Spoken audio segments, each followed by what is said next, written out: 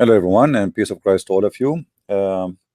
Today a little bit I'm late from the average time usually I came here. This is why we have a few of you here, because nobody expect me to be here right now, but soon people will come.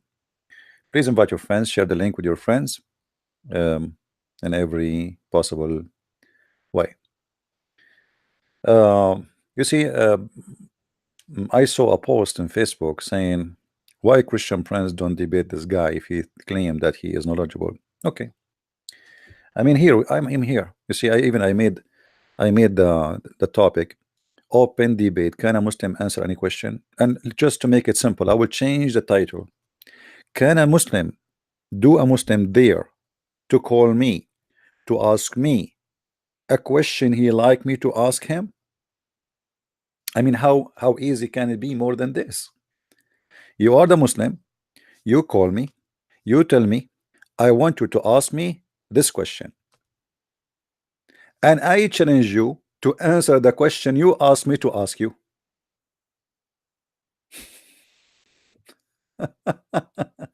I mean, how simple it is more than this.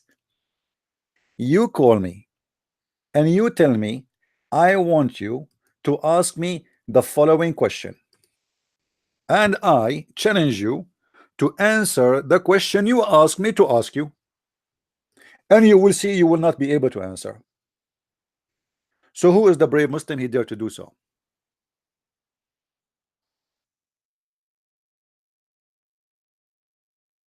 They don't, because they knew Islam is a very, very silly religion, and Muslims have no answer for anything. I mean, how easier I can make it for you? You tell me the question. Imagine you are going to take an exam, and then in this school they say to you, you choose the questions which you like us to ask you.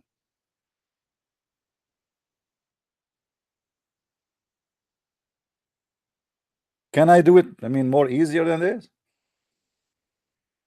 You tell me the question, call me, here we go, my Skype is open. You call me, you say to me, hey Christian Prince, I want you to ask me this question. You will see. First, they don't dare to call. Second, they have no answer for the same question they asked me to ask them. Because Islam is a very funny, stupid religion.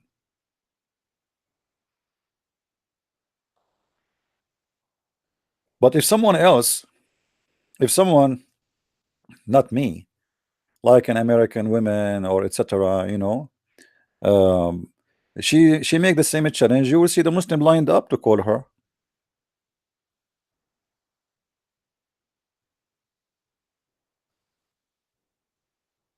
If somebody is 21 years old, 19 years old, 17 years old, speaking about religion, the Muslims, they will be fighting over talking to him, especially if it's a female. And by the way, here I want to warn Christian ladies. I receive many of you speaking to me, says, I'm talking now, trying to like debating with the Muslim. I mean, did you notice, ladies, that the ones who's talking to you always are male? Let me tell you the mentality of Muslims. They speak to you for one reason. They don't care really for religion. They care for you are a female. He is looking for a female. If you have a picture in your profile and you have a good looking face, this is why he's talking to you. Did you ask yourself why Muslims are not talking to you? I'm talking to an Algerian guy. I'm talking to a Moroccan guy. I'm talking. Did you ask yourself why they are not talking to me?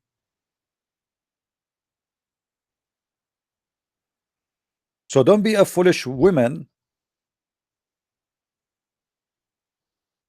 Those people, they are not seeking God. The one who is seeking knowing about Christianity, he will not talk to you. He's talking to you just because you are a female and he think you are an easy fish. Otherwise, we are here. Why they don't call us? Here we go. I'm saying even to them, you ask me the question which you like me to ask you. Right? You call me, you ask me the question you like me to ask you. Still, they will not do it. No, my point is, if a women Christian women, they should be speaking to Muslim women. Why you are going to talk to a Muslim man? Those people, they have a wrong mentality about women. You know that they believe that women always are a sex object. So why you are speaking to them? Because simply you are being ignorant and you have no education and you do not know the mentality of those people. Like, why you are someone who have an extreme knowledge, and you are the one who is the source of knowledge, and they are coming to you lined up. Why we don't see the Muslim men lined up to talk to me? Go right now, open an account in Facebook, put a nice picture of a blonde lady. She is young, and you will see all. Actually, you can go right now on Facebook, see any woman. She is posting a picture of herself almost half naked, and you will see 99% of the subscribers are Muslims.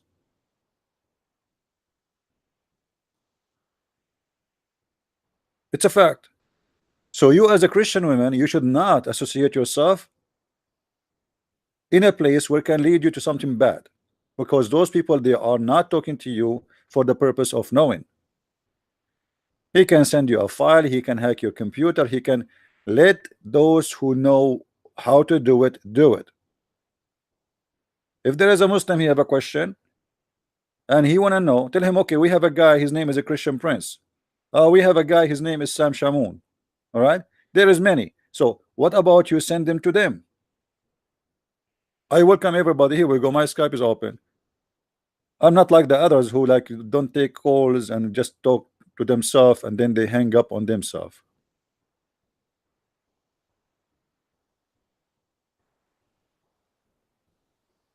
And I'm not putting the Muslims down, my friend. You see, I'm a Middle Eastern. I know the culture we have there. I know how they look at Western women. I know how they look at women.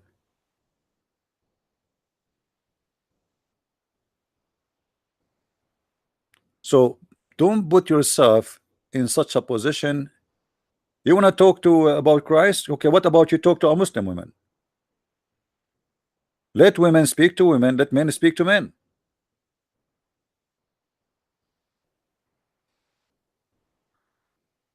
Uh, the legendary Faris. This guy. Actually, this guy, he called himself legendary, the same as Muhammad, he called himself a prophet, but yet he have no prophecy. We asked Faris, the one who called himself legendary Faris, we asked him, what is the prophecy of your prophet? He said he don't need to have one. Isn't it you, Faris, who said that to me? Have you ever heard of a prophet? Muslims, they call him a prophet of God, but yet he do not need to have a prophecy. I mean, this must be a legendary answer. What is the prophecy of your prophet? He don't need to have one. What? Okay, call me Faris and tell me what is the prophecy of your prophet?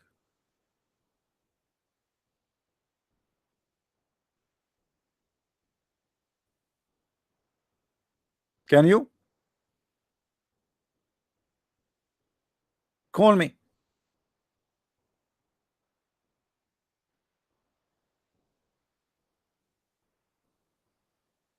What is the prophecy of your prophet? Or you know what? Call me and ask me to ask you a question.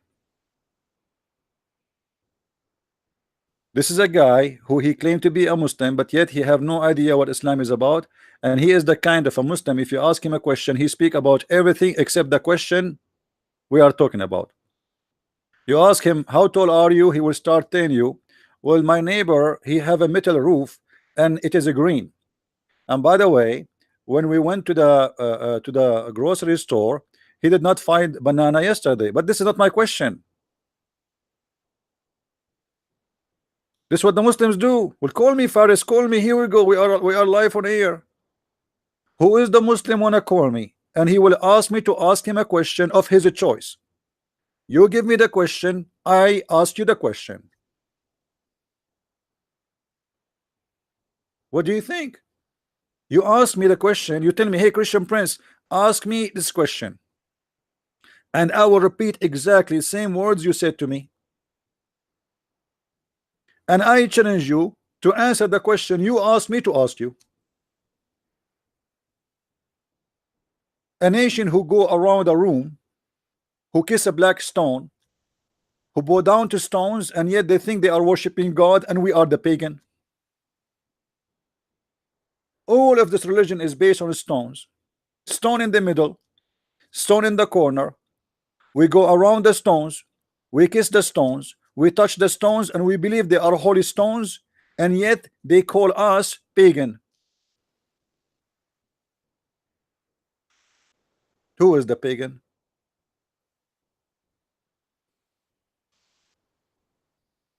And to make it more funny, the Muslims, they go to the neighbor house, which is Shaitan house. Satan, he live in the same town, and they throw rocks at the house of Shaitan. Yeah, right. Shaitan, he lived there. I mean, how silly, how stupid this religion is. Do you really think Satan, he lived there? And the funny, what make it more funny, the Saudi, they changed the house of Shaitan. They rebuilt a new one.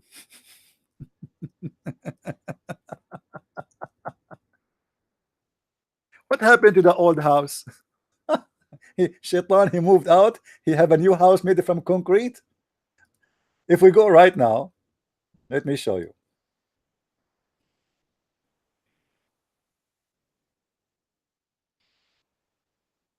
Let us go to images and love.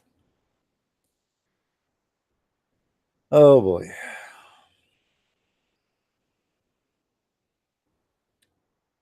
Let us see if we can find the house of Satan. I see it, but all the pictures are from far away, which is very funny. Hold on.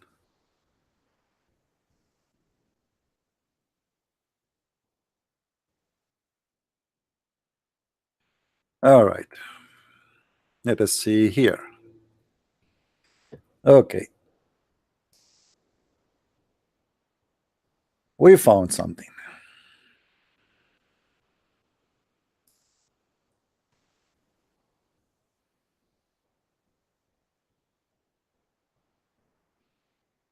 Let us go back and show you this pagan religion.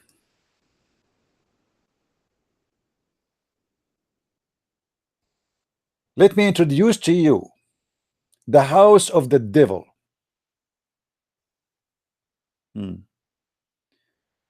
Where is the picture?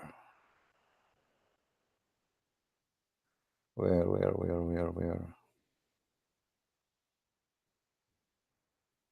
Here we go. Guys, this is the house of Mr. Shaitan.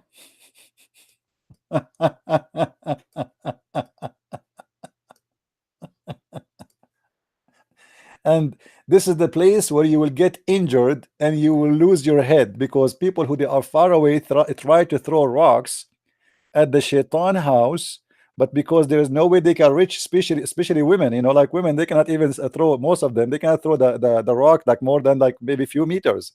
So you are 100 meters away and you will throw a rock, but because you can't get close, so crowded, so you throw it anyway and you hit whoever in front of you in his head. This is the place where you should, every Muslim should wear a helmet. It's a war zone. And this is a pagan practice before Islam, believing that this is the house of the devil. Now look what the house used to look like, and look at the new house of the devil. The new house of the devil is totally different. Let me look for the new house.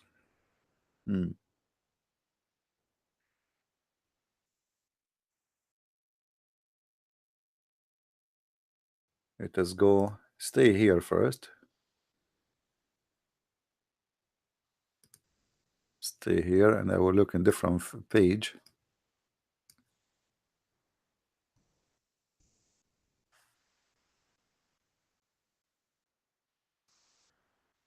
I want to show you the new house. They built a new house for the devil. because people they keep throwing rocks, and that thing in the middle, which is the same as a Masonic column, it keep being destroyed. Look here how bigger now it's getting bigger. Look at this here. This is advanced one. This one getting bigger now. Look how higher it is. They are building it up, up, up, up, up. All right. So the house of the devil is a changing, and then later we will find a new house. Just wait for the new house.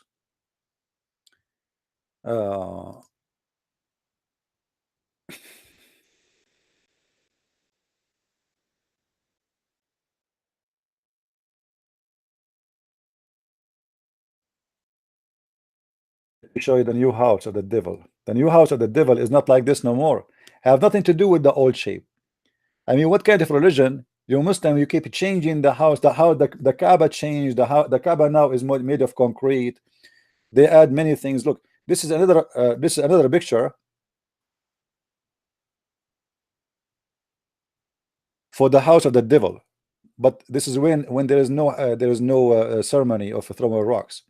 You see it how it is. This is an old picture, but I'm trying to show you the new one.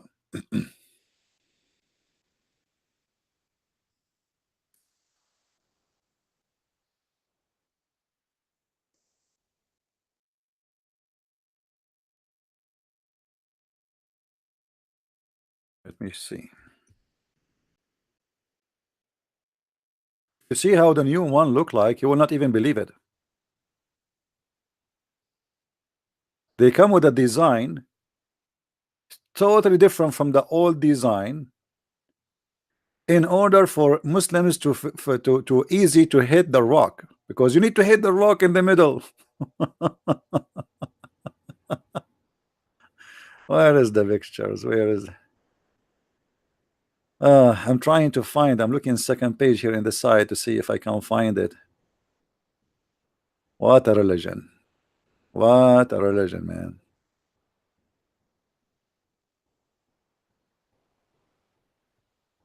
Oh. Okay, I will change the search.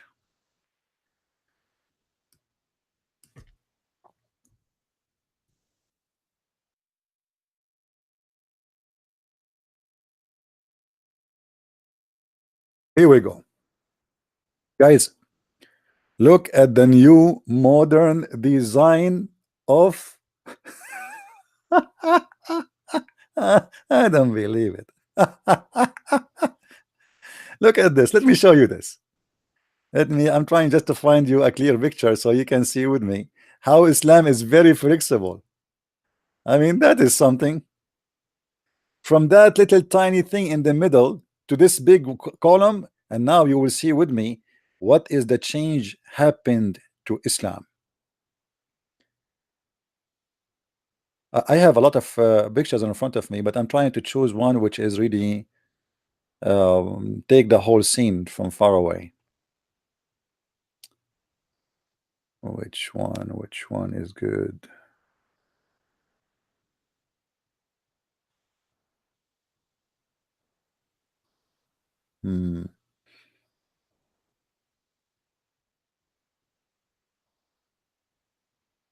Okay, look like we have a few choices to show you.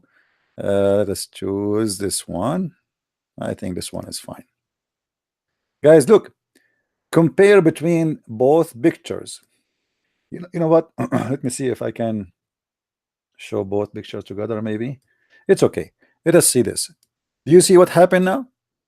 Do you see how the column? This is cement. This is concrete. From the old rocky small column, it used to be like 1 meter high. Then it became 6 meter high. Then it became 5-floor concrete building, and there's a floors. There's a floor underneath. Just to get a close to show you what we have right now, because they have a problem to clean the rocks. So look what they did. They put this rock in the middle, concrete, and now here, if you notice, here where the rocks you throw them, they will go down, and there's a trucks will clean right away.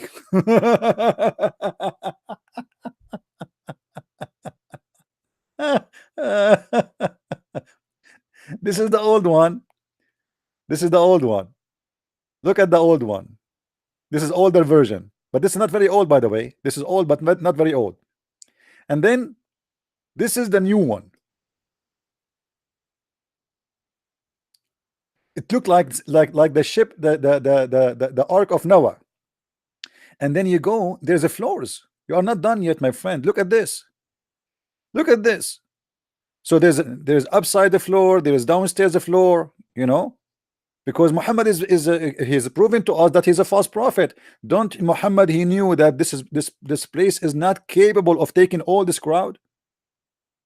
You see, I made a calculation based on the numbers Muslims they have of the population of Muslims today. Every Muslim, he have to do Umrah in his lifetime. Umrah is to visit the Kaaba and do like going around the ceremony, the ritual, at least once in your lifetime. And this is a must for every Muslim if he can. Now it's very possible for you to go, because now it's a lot easier than before. You can just take an airplane and you can land in Mecca after a few hours. It doesn't matter really where you live.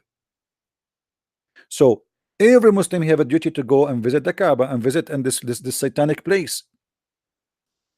But if we have, according to Muslims numbers, which I believe it's a big false numbers, 1.6 billions, and the Kaaba, the city of Mecca, cannot host more, maximum like 2 millions. The city is dead. They can't even have a place for sleeping. They sleep in tents, etc.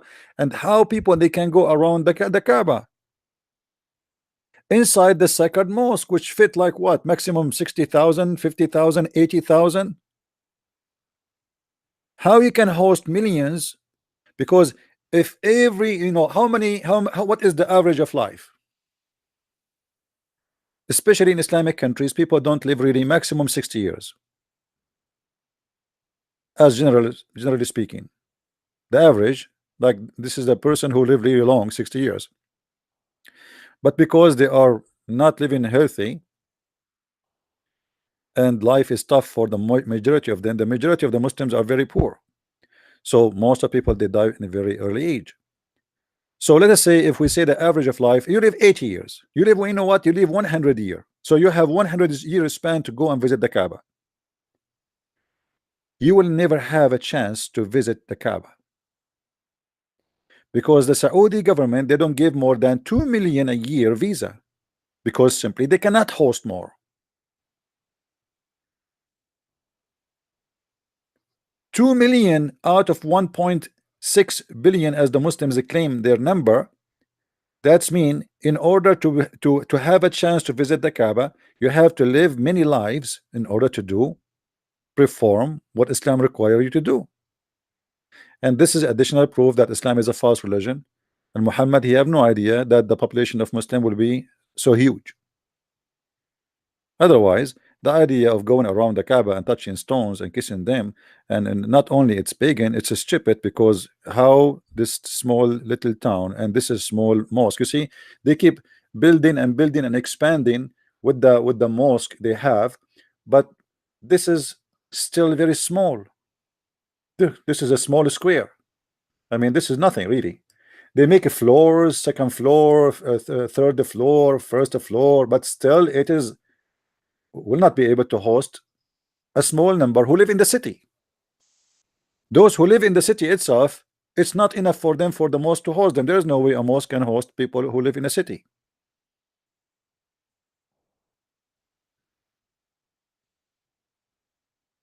And then they throw in the rocks, which is a practice happened and exist before Islam at this house.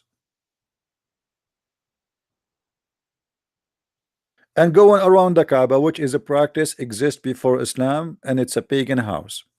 And yet the Muslims, they claim that Abraham, he built the house. And let me ask you, Muslims, Abraham, he built the house, why he left it? What happened? I mean, he built the house in Mecca and then he left. If this is the house of Allah, the biggest one, the most important one, why Abraham he left? Any Muslim can tell us?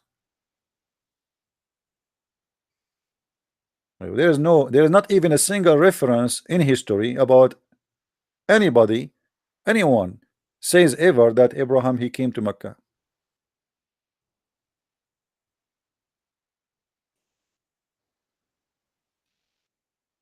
The Muslim, they say to you, just to show you the contradictions Muhammad he always come with. If you ask the Muslims, was Muhammad, if we ask this guy, he is in text, let us ask him,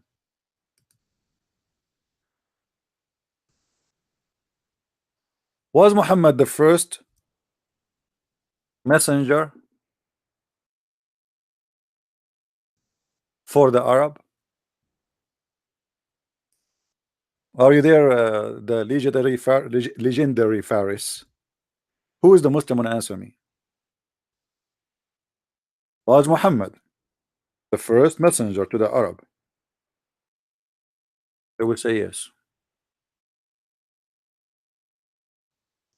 So how you say Abraham and Ishmael, and he is the father of the Arab anyway, according to you, he was there, and they are the one who built the Kaaba. Huh? I mean, isn't it, this is a very clear contradiction? Muhammad is the first prophet who came to Mecca, and before him there is no prophet, but yet you claim that Abraham and Ishmael, they are the one who built the Kaaba. And not only that, you claim that Muhammad himself is descendant from Ishmael.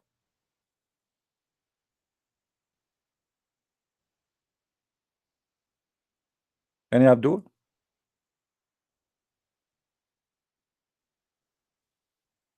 Anyone knows which verse in the Quran it says that there is no messenger came to Mecca before Muhammad? Anyone knows? Who knows? Who is the Muslim can tell me? Legendary Faris, are you there? Can you tell us, brother, where in the Quran it says Muhammad is the only messenger who came to Mecca? Do you have any idea? Hmm? If we go in the Quran, we can find it here.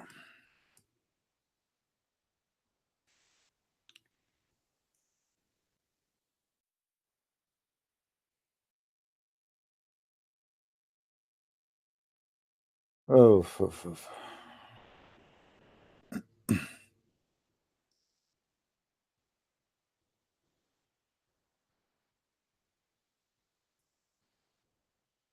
in chapter 32, verse number 3.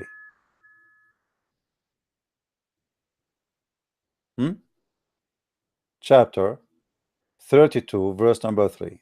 What this verse saying?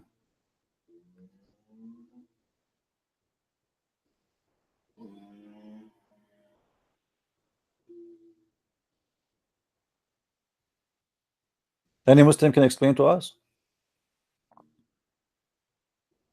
Or do they say he has foraged? Nay, it is the truth from the Lord, that thou mayst admonish a people to whom no warner has come before thee.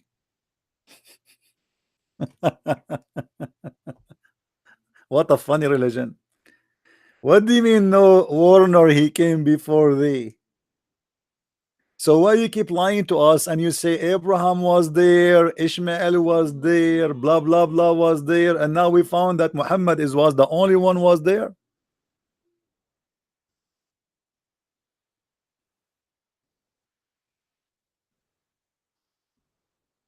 Any Abdul? Mayday, Mayday. Abdul is needed. And you know, by the way, the Muslim, they say to us that the Arab in the time of Muhammad, they were amazed with the Quran, but the Quran says different story. Look, the Quran says that they say to him he's a fabricator. They were not amused. They were saying this is stupid, this is garbage, this is a fabrication. Where is the Arab were amused by this? I mean, what are you talking about?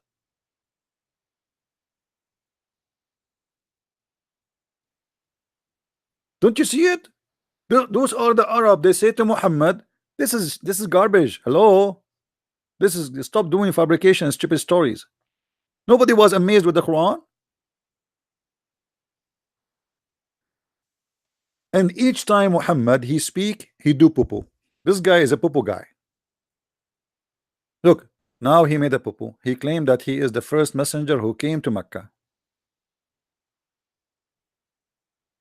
There's no other messenger came before him. Not even a warner. Yes, my Skype is open.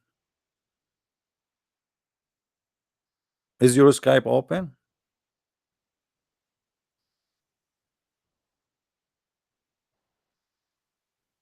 Amused, sorry, amused. They were found it funny, right? It's my English. Sorry, I should not say that, but I think they were amused. I am amused too.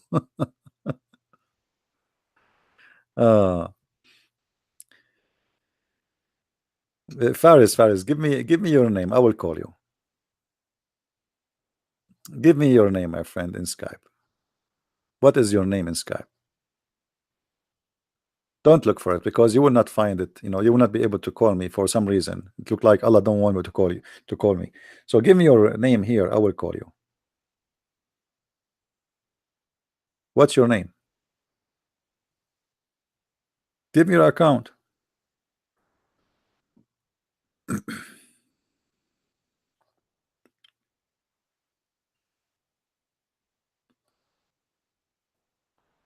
Hello, Faris, brother Faris.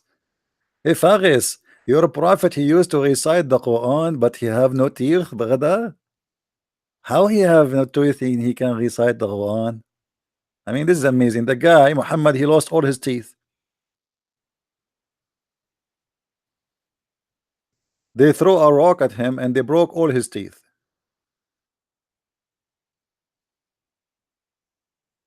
Okay, what is your name in Skype so I can call you? I will call you. I don't want you to waste gas. I will call you. Give me your name. Give me your name in Skype. I will call you. I want to know how Muhammad can recite the Quran. The guy, he have no teeth. I mean, that's amazing. He remind me of this false rabbi. Here we go. Faris. Finally, Faris, he called me. Hey, Faris, how are you? Hello, I'm good. How about you, CP? How are Why, you doing? why you are good, Faris? Did you drink camel urine today? Okay, but just a minute, CP. No, I'm just please, being honest. It's an honest question. Have nothing to do with yeah, anything. yeah. Did you drink any Would camel the- urine today or something? Why you feel Can you good? give me? Okay, can you give me the time to respond to CP, please? Okay. Respond to what? We did not say anything. We are just saying hello. No, to ask about the camel urine. Okay, there is something. Okay, go ahead. All right, go ahead. Okay. The answer, no. You see, with all due respect to you and to the Christians, my brother, Prophet Muhammad, peace be upon him, he did not force us to drink it. Did he force us? He said in Oh no, the to be hadith, honest, he did not force you. He just told you to do it. Is it an order or not? no, it's okay, CP. Is it an order or not? Wait, can you give me time, please? I would like to make it We are smooth. having a conversation, Faris. We are having a conversation. Great, did he order it Well- or not? You say yes or you say no. Did he order it or No, not? No? no, I have not. Okay. I have not drank it. Okay. No. Can I'm you- not asking you if you drink it or not. I'm saying, I did know, he but- order the I know, Muslims but- to drink it? Yes or no? It was an optional. It's up to you whether you want to drink it or not. It's some kind of optional. And CP also about this one. Can I say something? Sure. Go ahead. Okay, thank you. Just two questions. Also, kindly say yes or no. Did you read the Bible from cover to cover? No, I did not really read the cover because the cover doesn't say anything. No, CP, my question was very direct and simple question. Did I you know. read it I mean, fully? make your question. Go, my friend. I said, I want a Muslim to call me and to ask him a question. He like. Okay. And now you are asking me, did you read the Bible from cover to cover? I mean, come on. This is a, and hold on. Okay, go ahead. Okay. Go ahead. First of all, if I show you right now that the Prophet he ordered the Muslim to drink camel urine, are you willing to apologize? No. Okay. Can you give me the time to respond? What time to respond? You just told me no, he did not order No, us. you're waiting for my response. How can I say something? My friend, you just respond already. You told me a second ago. Give me time to respond. I shut up. You respond. You said the prophet did not order us to, or I said, did he not order you? He said no, he did not order. If I show the proof right now that the prophet he ordered you, the prophet of Islam, he ordered you to drink camel urine, what you will do? Are you willing to apologize?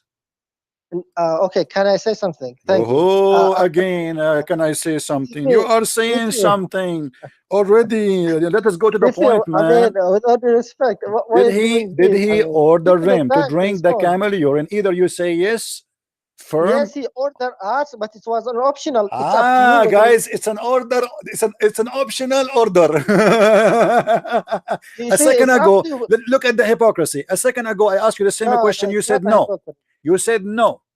I asked you, did your prophet? No. Everybody is watching. Everybody is my witness. It's recorded. I asked you, did the prophet order you to drink camel urine? You said no. Why you are lying, Faris? Come on. You cannot play games with the Christian prince. I am the Christian prince, and you are not. Here we go. This is the reference in the front. It says in the front of me. It says. أمرهم النبي صلى الله عليه وسلم بشربها. Do you see it? Why you are lying? The prophet he ordered them to drink the piss of the camel. Now, yeah, so make it like the last time and close the phone like the last two times. No. Wait. The question is why you did lie. Why you would like to close why the phone, you did lie? Because I am the only Abdul, as you're saying. No, you are not the only Abdul. You are not. First of all, let me ask you a question. Do you shave your mustache? Do you shave your mustache? Listen, that's not good. Faris, do you shave your mustache? Do you shave your mustache or not? Do you shave your mustache? No, I have not. Okay, let me ask you another question. This is I'm not being rude. I'm just trying to have a conversation with you because obviously you are not a Muslim because the prophet he ordered the Muslim to shave their mustache. I know that. You are not shaving your mustache. You are not drinking camel urine, and your wife she is taking hair from her face. I am sure. Did she? She take hair from her face. When you finish, please give me do your wife take hair from her face? Obviously she does, otherwise you would not even stay married to her. She would divorce her. So obviously you Muslims don't want to be Muslims. Nobody want to practice Islam. Yeah, the Bible has also, if you just open the Bible on Matthew. Yeah, if you have the Bible with you, that's great, because we both know that you haven't read the Bible from cover to cover, or in short, fully every verse, because you see about the camel urine, it is something worse it has in the Bible. Really? Wait a minute. Yeah, go ahead and please kindly. Okay, read for us the verse saying that Christians should drink camel urine. No, okay, you see, I give the time. You give me any verse in the Quran, I will read it. I am not ashamed to read the Quran. I believe my friend, you are ashamed to read the whole Quran, and this is why you did not ask me any verse until now. Okay, here we go. I will give you a verse which have no shame in it. All right. Wait a minute. It has no shame. Hold on. You just said to me, give me a verse. I will give you a verse. Are you willing? Are you willing to take the verse or not? I know you're gonna close the phone like the last time. No, why you wanna close the phone? I'm having fun, Abdul. Come on, listen. Wait. Okay. Here we go. No, I'm not. This is a verse in the front of you. This is a verse in the front of you. Read it for us and explain to us. Any Muslim woman, she can give her private part to the prophet. I'm going to read it. What kind of a prophet and what kind of religion? Thing, you see, I just would like to make. I'm not here also to fight. It's quite. 3 a.m. And anyhow. About the camel, you said about the camel urine, okay? The Bible in Matthew chapter 34, verse number 12, God commanded, the people to eat their poops and make it in a sandwich. Go ahead. That's a big fat lie. Read the verse and everybody will laugh at you. Now you see, you don't have the Bible. That is a big fat lie. That is a big fat lie. No. Don't tell me I don't have a Bible. I have a Bible. I have a Bible.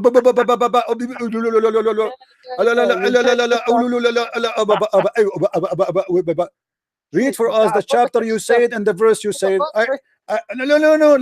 Everybody will laugh at you. I challenge you, Abdul. You are a coward. You mention something, you prove it.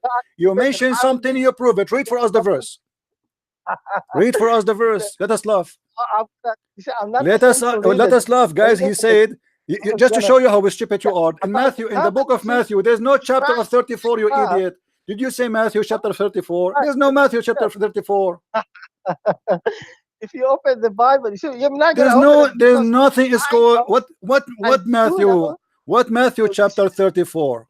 Chapter, see, there is a book called, because there is Matthew, Luke, John, and I don't know. I heard this before, brother. I heard this before. You said Matthew chapter 34. Where we can find Matthew chapter 34, brother?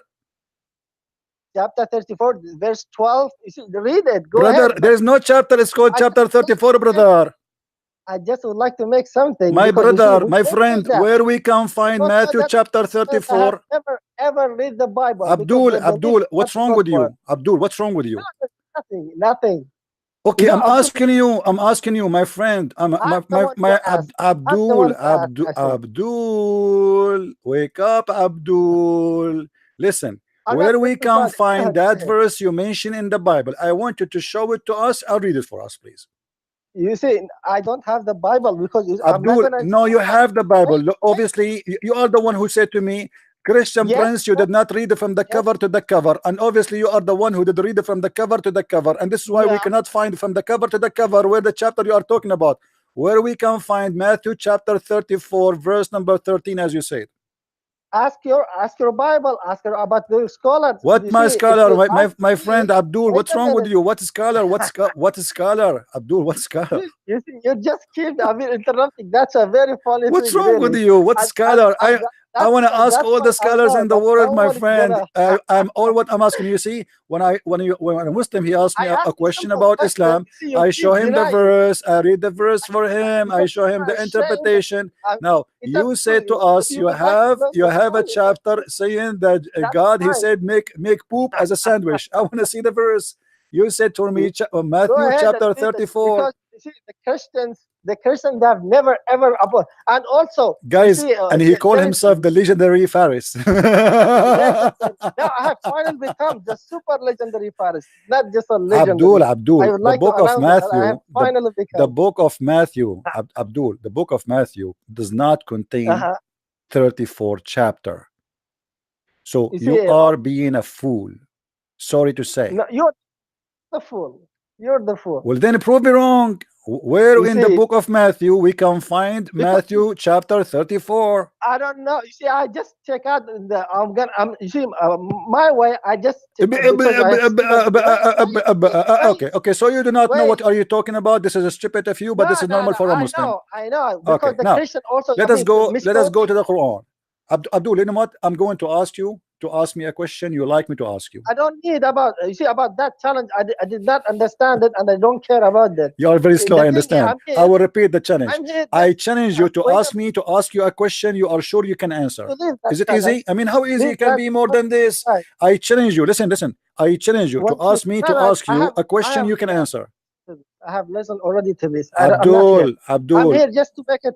No, not again. Let us go to business. Already we got you busted many times. So I'm asking you, please, can you ask me to ask you a question you can answer? Yes or no?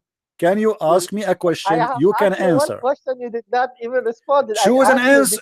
Choose a question you can answer. Give me a question. I will ask you exactly the question as you give it to me. Say yes or no. Do you see why? Do you see why I hang up on him? Do you see why I hang up on him? He's a kid, stupid kid. Maybe he is 50, 60 years old. I have no idea, but he's a stupid kid. What I can do? I mean, I have no patience for stupidity. Sorry. Brother Thitter. The Christian, they make fun of the Bible of the Holy Prophet, saying that the Prophet he ordered us to drink camel urine. First of all, camel urine is very tasty and it's 10 times better than drinking Pepsi Cola. And actually, in Pakistan and Afghanistan, they found that American they brought something it's called 7-Up, and since that time we Muslims we work 7 steps and we jump because of that drink. So I advise all the Muslims to follow the sunnah of the Prophet and to drink camel urine only. Thank you very much. The Prophet he did not order us to drink camel urine. I show here reference. Then he said, yes, he ordered us, but it's optional. Have you ever heard of an order which is optional? It's an optional order, brother.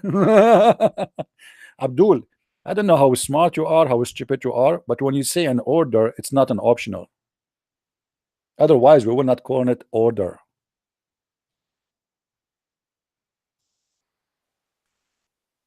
We need an adult Muslim to call us, please. Stop sending me people in the age of 50 or 60. I want an adult. Muhammad at the age of 54, he felt like he's a teenage and he married Aisha at the age of 6. And there's a woman in Austria, she paid fine for calling Muhammad a child molester. Sorry, lady, you are wrong. Muhammad is not a child molester. He is a pedophile. Child molester who molested children. Muhammad did not molest. He raped them.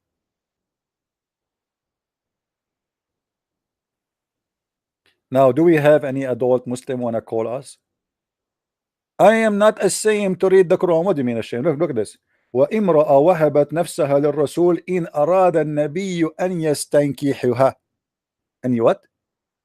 To if her. If the Prophet, he wished to if her. Any woman, she want to give herself to the Prophet, and the Muslim, they give false translation. If the Prophet want to marry her. Name for me one woman, Muhammad, she offered herself and he married her. Just one. You cannot find one. He effed them only. Excuse my language. He don't marry them. And the Quran doesn't say the word marriage.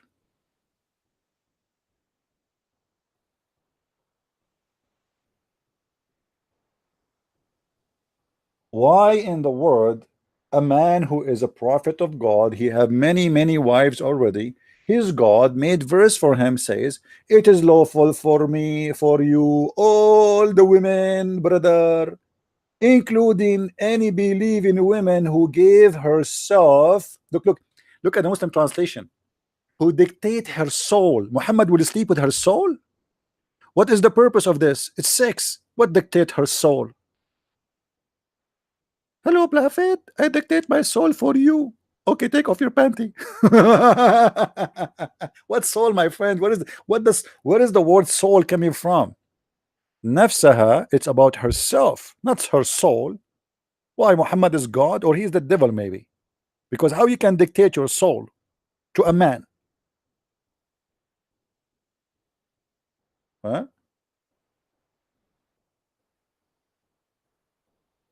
Hello? Do we have any Muslim here would like to call us? Who is a Muslim is going to call me and ask me a question which he like me to ask him?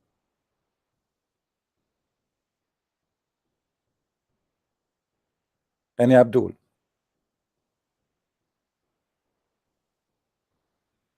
And brother, in Matthew chapter 34, it says eat poo sandwich.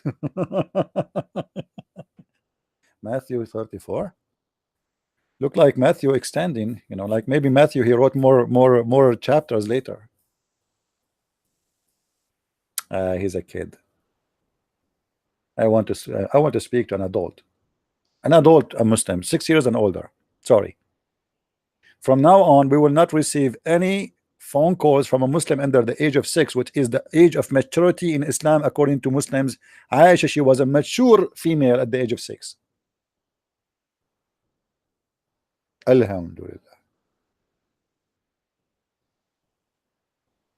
And the Muslims, to defend their prophet, they start making articles saying that Aisha, she was 18 years old, brother, and even one of them, he said she was 31. Hey, Abdul, when Aisha, she was 18, Muhammad was dead. Do you think she did marry him after he died? Oh, he's a prophet. Even he's dead, but yet his willy is working. The guy is dead, yet he can have sex with Aisha, and Aisha, she married him after he died. Yeah, right. Hello? Hello, brother. Hey, my friend, how are you? The Abduls have decided not to call. Yeah. Did you find for me the chapter, Matthew chapter 34? They are looking for Matthew 34. I keep looking. I think, yeah. Now, I just wanted to make a contribution, CP. All right. If you read, and maybe you can open it for me, the Quran chapter 35 and verse 24. Yeah, the Muta one. Okay. Yeah, if you could read it. Chapter 35 and verse 24.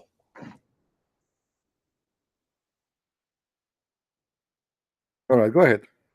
I'm listening. Yeah. So basically, in that verse, Allah says that there were, to every people, every nation, He sent a warner before Muhammad. There was no, there was never a nation. You said 424? No, 35:24. Oh, sorry, I got you wrong. Okay, so I thought you were talking about that. 35. 35 verse 24. All right, okay. I'm not very sure what it says in Arabic, but the English says that there was never any nation among the sons of Adam. Yeah. But Allah sent warners to them. Yeah. So if every people group received a warner, and then remember the verse you read earlier on chapter 32. Yeah. It says that the Arabs didn't have a warner. They didn't have a prophet before Muhammad. So it means Allah is just confused here. Well, there is many verses speaking about the same issue, that the Arab have no messenger except Muhammad. You know, and the other issue too. The Quran confirmed that Muhammad he was sent to the people of Mecca and what is around it in the neighborhood. You know. So how the Muslims, because at that time Muhammad, his dream is local, you know, to be acknowledged, to be a prophet locally. He was not thinking about the corporation, how big is going to grow. So at that point he want to be a prophet for Mecca and what is around it. If you go in the Quran, it says, chapter 6 verse number 92, it says that Allah, he sent him as a warner or as a messenger for the city of the mother of the villages and what is around it. Okay, but this is a very small town. I mean, this is Mecca, is a very small tiny place. So he sent him only to that place and not to go anywhere else. So Muhammad later, when he found that he's growing by numbers, when he became victorious in his army, then his dream expanded to go and open branches over other countries. Otherwise, in the beginning, he was just thinking of being a prophet for the Arab around Mecca, and that's it. You know, it was a limited dream, and hoping he is going to accomplish it. That's very true, because again, if you read chapter 26 and verse 214, it says that you may warn your kinsmen who are close to you. So initially, it was just a warner to the Arabs. In fact, to the Qurayshi. Yeah, this is why the Quran speak about why the Quran is in Arabic. You see, the Quran says that we never send a messenger except in the language of his people, so they might understand, and that makes sense. Yeah, that's true. But then we find that Muhammad, he switched, contradicting himself, claiming that he is a messenger for the world. The whole world have to convert to Islam. But how the Quran says we never send a messenger except in the tongue of the people, which means the messenger have to speak. He have to be with them, and it says in Arabic, وَمَا أَرْسَلْنَا مِن رَسُولٍ إِلَّا بِلِسَانِ قَوْمِهِ, which means his people. So he have to be from the people to speak in the tongue of the people. And Allah, he speak about that in the time of Muhammad, not later. We never send. You see, he said we never send a messenger except he speak in the tongue of his people. All right. So as long Allah, he never send, and he will not send anyone except in the tongue of his people, and he have to be from his own people. So then how Muhammad will be a messenger for the Persian, for the Roman, for the African, for when he don't speak any tongue except the Arab tongue? You know, that is a clear contradiction. And here actually even the Quran says clearly, so they might understand, you know. I mean, I think Allah was just confusing himself here and there, or maybe somebody was speaking for Allah, because with all these contradictions. No. It's first of all, there is no Allah. Muhammad here is you know, trying to confirm himself as an Arabian prophet for the Arab, and this is why I'm speaking to you in the language which you understand. I understand, because people before, they have a prophets who have spoken many languages. You know, Moses Yeah. spoke many languages, Jesus spoke many languages, so why Muhammad don't speak many languages? So Muhammad here, he want to confirm to them that Allah, he never sent any messenger except to speak in the language of his people, so they might understand. So why I am speaking to you in this language, so you might understand, because you are an Arab, I am an Arab, so now this is an Arabian religion for the Arab. But later, when he found that he is able to accomplish more than what he dreamed of, then this verse here, he forgot about it. It's not important no more. Suddenly he is a prophet for all mankind. And now here, if we ask the Muslims, if you ask any Muslim, he will say to you, Arabic is very hard language. Yeah, that's what they say. And no, it's not about what they say, it's about what it is. Arabic is very hard language. You know, there's a lot of a grammar, etc. It doesn't matter how much you study, still you make mistakes in the grammars. The grammar is very complicated. The language is very rich with words. You know, the line alone have more than 300 names, so you will spend like a year to remember them alone. So and then you speak to a Muslim today like Zakir Naik, why and how, you know, you will be able to understand the Quran when the Quran is not your language. Zakir Naik, he might say to you, well, how you understand the Bible but it's not in your language? Well, first of all, my Bible is allowed to be translated. You Muslims cannot. The translation of the Quran is not considered to be a Quran, is considered a translation. For us, we consider translation as much accurate it can be. We consider it still to be the Bible. So I can understand, yes, but a Muslim, he cannot understand the Quran for a very simple reason. Even those who speak Arabic, they cannot understand the Quran in Arabic. So how the one who don't speak Arabic, he can understand the Quran which is written in Arabic? So even the Arabs have to study the Quran. No, the Quran confirmed that. The Quran says that why they cannot consider the Quran, why they cannot understand the Quran, you know? Yes. Yeah. So why they cannot do that? Because simply he said to them, if this book is not from God, you will find a lot of contradiction. Chapter 4, verse number 82. 82, yes. So why they cannot consider the Quran, why they cannot understand the Quran? Simply because nobody can understand the Quran. Muhammad himself can understand. The Quran itself says that there is a huge part of the Quran nobody knows what it does mean save Allah, and this is chapter 3, verse number 7. So why did he bring it if we cannot understand it? There's no point for sure, but Muhammad, because he's a thief, you see, if I go to you, let's say you say, Christian Prince, I want you to teach us physics. Okay. Now I don't know physics, so what I do, I go and get a book of somebody and I write for you what is written in the book. But the second you ask me a question about why this here, I say Allah knows best. I don't know. I mean, you know? That's funny, because if you say only Allah understands, and then on the other verse you say, I have revealed this in Arabic that you may understand, and then you go ahead and tell me I cannot understand, only Allah understands. So what are you trying to say? Simply, it's not about he understands. It's about Muhammad himself. He is just a thief. He do not understand what he's saying. He's a person who say things he himself, he have no idea how he can explain them, because he is not the one who made them. Most of the Quran is made by someone else. The verses which is about his sex, any woman she want to give herself to him, those Muhammad, he understand them very well. My last question. Yeah. The other day you mentioned about Ishmael, Israel, Jibril, that hill.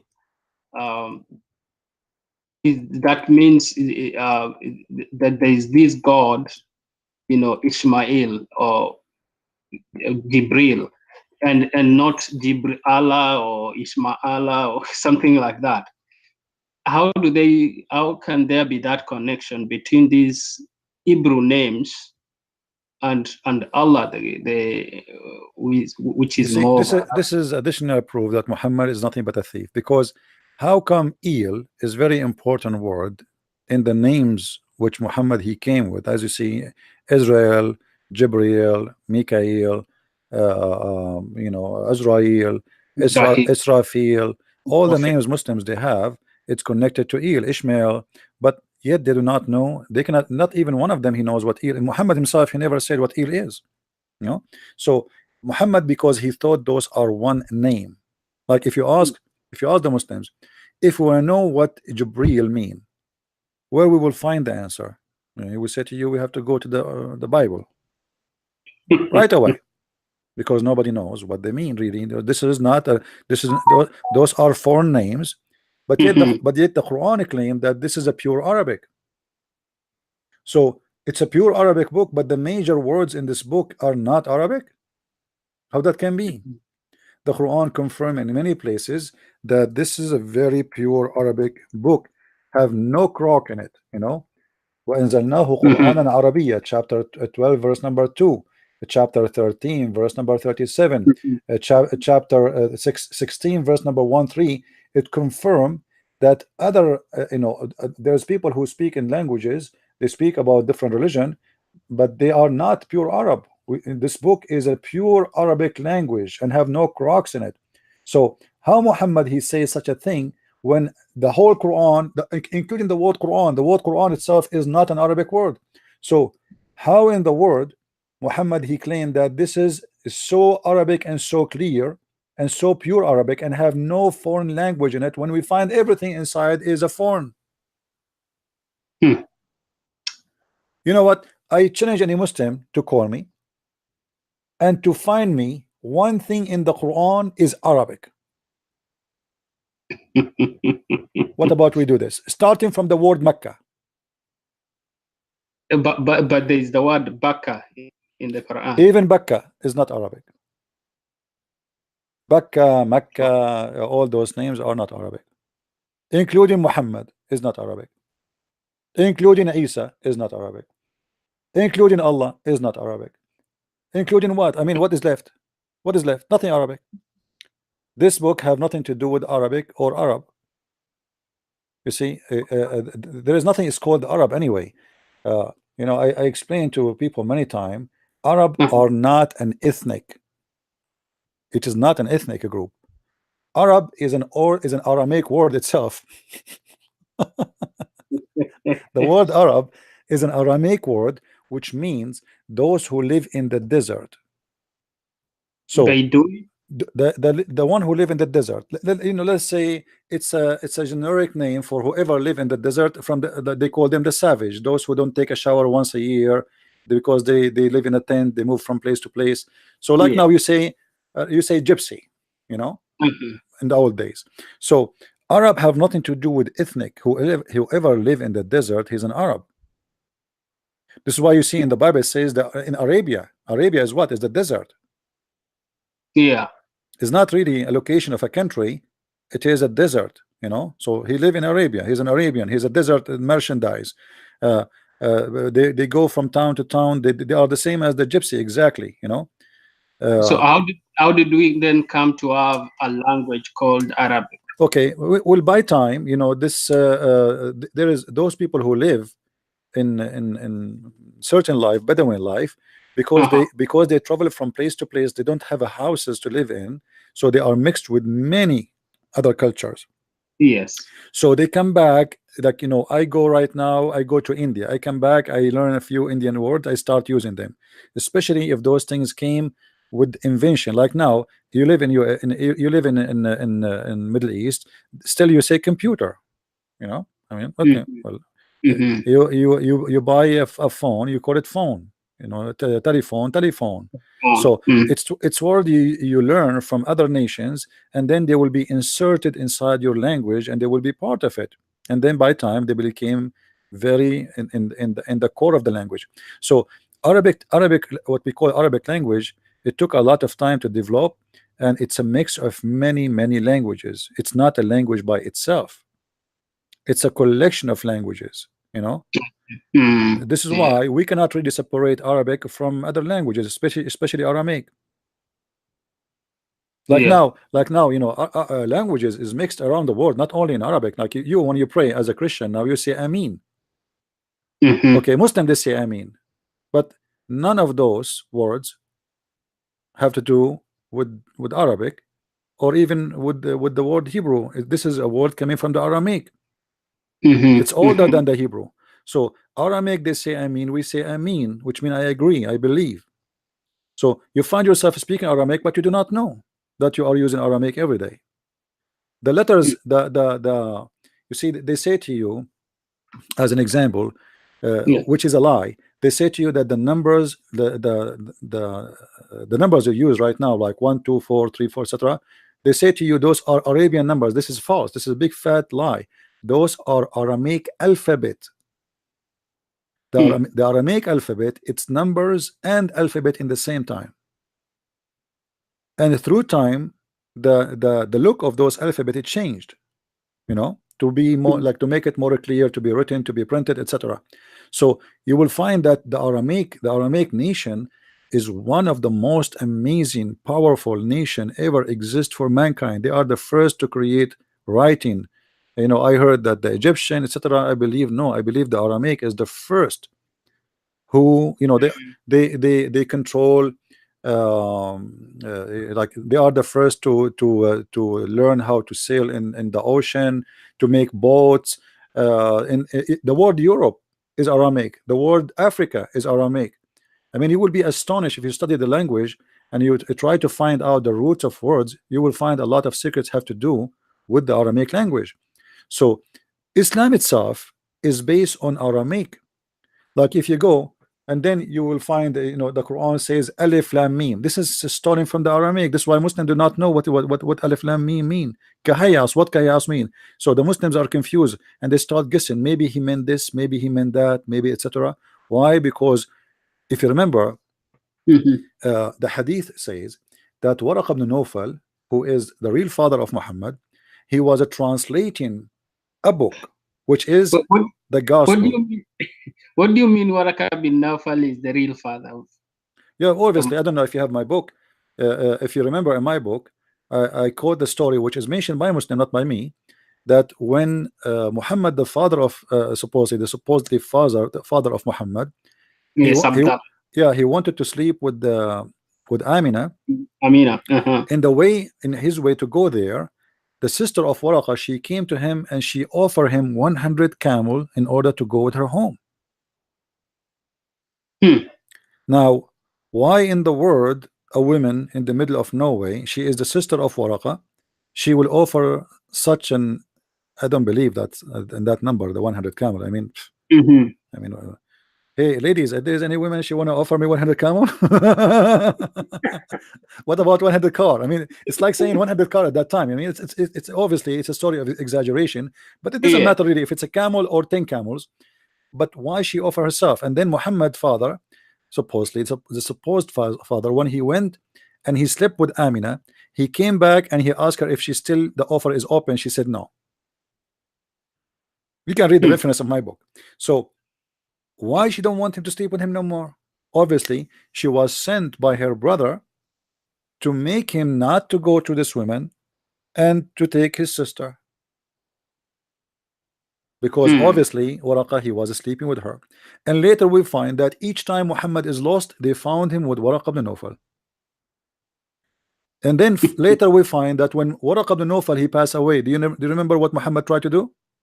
He tried to commit suicide. Commit suicide. Okay, why a person he would try to commit suicide? Because Waraqa he died. Somebody else had died. Same time, why it says he became so sad to the point he tried to commit suicide, and it says that the inspiration of Allah stopped. Okay, that's mean the inspiration of Allah have a connection, strong connection with the existence of Waraqa. Why? Because Waraqa was the one who is making Muhammad, preparing him to run his business. Waraqa, he is a part of a cult, Nasara, and he want Muhammad to carry on as a Nasara. Khadija is Nasara, Waraqa is Nasara, Muhammad is Nasara. Muhammad did not come with a new religion. Muhammad come with a Nasara cult. So in the beginning, Muhammad, he was a Nasara, and then Muhammad trying to find a place for himself. The Nasara, they did not accept him. The Sabian did not accept him. The Jews did not accept him. But yet he is under the influence of all of them. And CP, I sometimes think that even his marriage to Khadija was a Nasara marriage. Absolutely, because as I said, the family, all of them, they are Nasara. All of them, they are Nasara. Waraqa is Nasara. Khadija is Nasara. Even the Muslim agree and they admit that they say Khadija was Nasara. And because and they lived together 25 years without a second wife, because Nasara marriages are monogamous. There's two reasons for that: because she was a Nasara and because she is in control. Yes, she was rich. She was rich and he was working for her. So when Khadija she died, Muhammad now finally he got the money and he's free again, you know, and now he is a teenage again. Right? Yeah. But everything in Islam Islam is not a religion by itself. Islam is a mix. It's like a dumpster. Everybody dumping there something, and from that dump we make a religion. If you go in the Quran, all the stories in the Quran, you will find them is coming from the legions of other belief. Like, you know, the story of the group of people who they asked their prophet to make a rock bread net and deliver a camel which is a bread net. I mean, that's funny. What camel, bread net and rock? So, and then Allah, he gave them the camel and he told them, don't you know, like he divide the day for drinking water, blah blah blah, and don't hurt the camel. And later they killed the camel, so Allah, he punished them and he destroyed them. I mean, what this is about? So stories, all the stories, even the Arab at the time of Muhammad, they keep saying to him, this is the legions of all the generation. We heard them before you. You have nothing to do with them. We know that they are fairy tale, you know, asatir al-awwalin, you know, the fabulous of all days. So if you read in the Quran, you will find that this is mentioned in the Quran 9 times. The Arab saying to Muhammad, and this is when the Quran say that 9 times. So you can imagine how many times the Arab they said that to him. You know, because to make it appear 9 times in a book, that's mean that Muhammad hear this from the Arab every day, that this is nothing but the fabrication, the legions of all generation, and this is nothing but a lie, you know. So here we go, read with me. This is not else than a fabulous of men of old. This is what the Arab said to Muhammad in his lifetime. They did not say, you brought to us something we do not know. They said to him, this is a fabulous. They did not say it's just a story. They didn't even agree with the story. They told him this is a fairy tale story. We know it.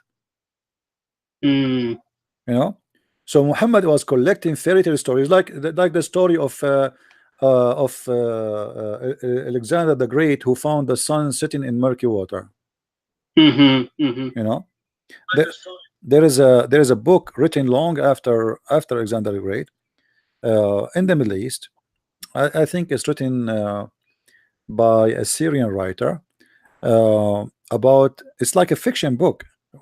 It's about Alexander the Great, which means, you know, sometimes fiction books they use real figure, but it's a fiction story.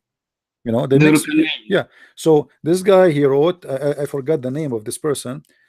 He wrote a book about Alexander the Great, and in his book he mentioned that Alexander the Great, he went all the way until he found where the sun set, and it's exactly as it is in the Quran. And then Muhammad, he took it, he put it in the Quran, the same as the story of the 7 sleepers. The 7 sleepers, written by a Syrian writer. His name Al-Yaqubi or Yaqub. He's a bishop, Christian bishop, and he's not Nasara, he's a Christian, really Christian. And he wrote a fiction story, which is to make the Christians, the Christian youth, strong in faith. And you know, he did not hide that this is. He did not tell them this is a miracle. No, he said this is a fiction story, but to teach the youth like it's a parable about have patience. Today we are under discrimination. Tomorrow we will be victorious. So he wrote the seven sleepers. Muhammad, he took it and he claimed that Allah told him the story. You know, if you remember, you know, before we mentioned when if you go in the Quran, why Muhammad speak about al-Qurnayn, was Muhammad asked for it, or Allah told him voluntarily? No, the Quran says in chapter 18 verse number 83, وَيَسْأَلُونَكَ عَنْ ذِي الْقَرْنَيْنِ, they are asking thee about the man with the two horns. With the two horns, and yes. you will notice here that this is the name as mentioned in that story book, the man with the two horns. You see, even the name is not. Have you ever heard of a guy, his name is the man with the two horns? Why? He's a cow. But this is how the person in that fictional story, which is about Alexander the Great, he was titled that because he wear a hat of have two horn, Roman hat, you know, for war. They wear it for war. But according to Muslim, I don't know if you know the explanation why this guy is called the man of the two horn. Do you know why? No. Well, they say that this man Zul Qurnayn, when he went to his people to tell them about to convert to Islam. All right, and when he told them to convert to Islam, his people, they did beat him with the hammer in his head, and he got the first horn and he died. And then Allah, he resurrected him from death. So he went again to warn them about joining Islam, and they did beat him again with the hammer in his head, and he got the second horn, and that makes sense. And he died. So he died twice. He died it, yes. And but this is the most funny explanation why he was called the man with the two horn. Because his people did beat him with the hammer. I mean, by the hammer. It's not like, it's like a cartoon, Tom and Jerry. It's like they did not beat him with a sword. No, with the hammer, to make it like why he have a horn. Otherwise, how a man he is a man with a two horn? Any Muslim can explain to me? And look here, the Muslim, they don't translate what Dhul Qurnayn mean because it's funny story, funny name. I mean, how you want to call him the man with the two horn? The two-horned one. They can't translate. But they can't translate that because that will make the Quran look stupid. So they keep it Dhul Qurnayn. So you, as a foreigner, you read like Dhul Qurnayn. What is that? I mean, you might think this is a name. Additional proof that Muhammad is a false man. If you remember, when Muhammad speak about the father, the father of Abraham, Azar. Okay. If you read all Islamic interpretation and Islamic reading, even translation, they say they translate the word Azar as if it's a name of the name of the father of Abraham. So Abraham, he said to his father Azar. All right. So now the Abdul, they start squeezing their head. So the name of Abraham father is Azar. So he said to him, Azar, are you going to worship idols? But Azar is not the name of his father. This is a word in Aramaic, it's mean foolish, stupid. This is how stupid this religion is. So what it was stupid became the name of the father of Abraham. Why? Because this is a book stolen from the Aramaic language. They have nothing to do with it. It's an aftermarket book written by Waraq ibn Nawfal, who sometimes translate like today. Now you see the Muslim translate it to English, a hadith, and then they say they translate the whole line in English, and then suddenly they say a few words in Arabic. Why you leave it there? Because supposedly people, they knew already what it says. There's no need to translate. You know what I mean? So here Azar, this guy, he did not translate it. So the Muslim, they are disconnected. They do not know what Azar means. So they thought Azar is the name of the father of Abraham. Have you ever heard of somebody, his father, his name is foolish? So and how a man, he will say to his father foolish, and this is Abraham. And you know, simply what the story here is saying, that Abraham, he said this is foolish, speaking to his father, saying this is foolish to worship idols, and that makes sense. No, I read about the birth of Abraham, that when he was born, he was hidden in a cave until he was like 10 years old. And then the day he got out of the cave, he saw the moon, and then he said, "This is my God." This is no. He said he started calling this is Akbar. Yeah. هذا ربي هذا أكبر. So at that time he was aged 10 years, and that was the first time he was coming out of the cave. No. There is, first of all, when they say this is 10 years, this is absolutely cannot be true, because you know, where they get the number of 10 years, where they get this from? I don't know. I read that in no. one of the books. You know, if you read the verse here, you see. Yeah. If we go in the verses, you will see he is debating his people. He is debating his people for his 10 years. All right, and then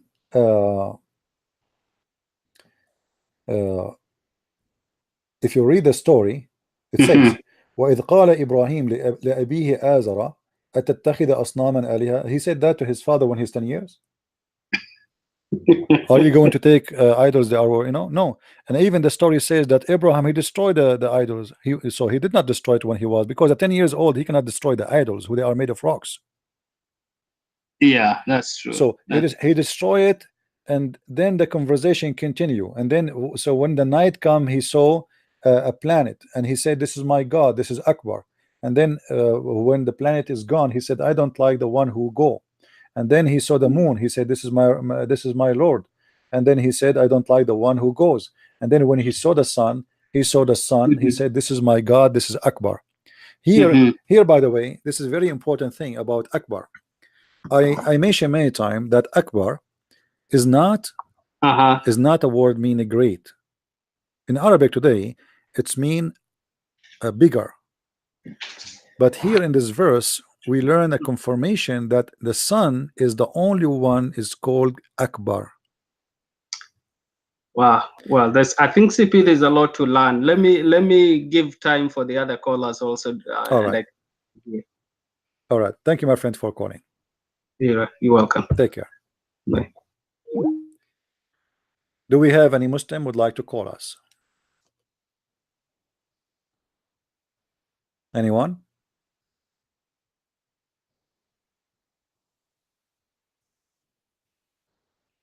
Do we have any Muslim would like to call us?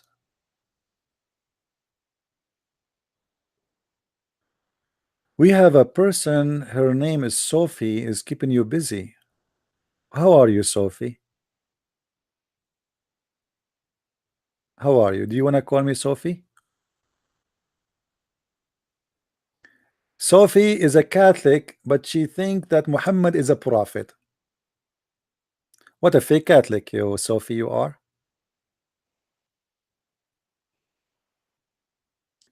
If you are a Catholic, then you should know that the Bible says whoever denies the Father and the Son is an Antichrist. So why you are laughing at people when they say to you Islam is an Antichrist? Sophie, how are you, Sophie? Come to daddy. You come to daddy, Sophie. All Muslims, they come to the chat and right away they play they are Catholic. Hey brother, I am an ex-Catholic. Hey brother, I used to be the Pope. If you are a Catholic, I am the Pope then.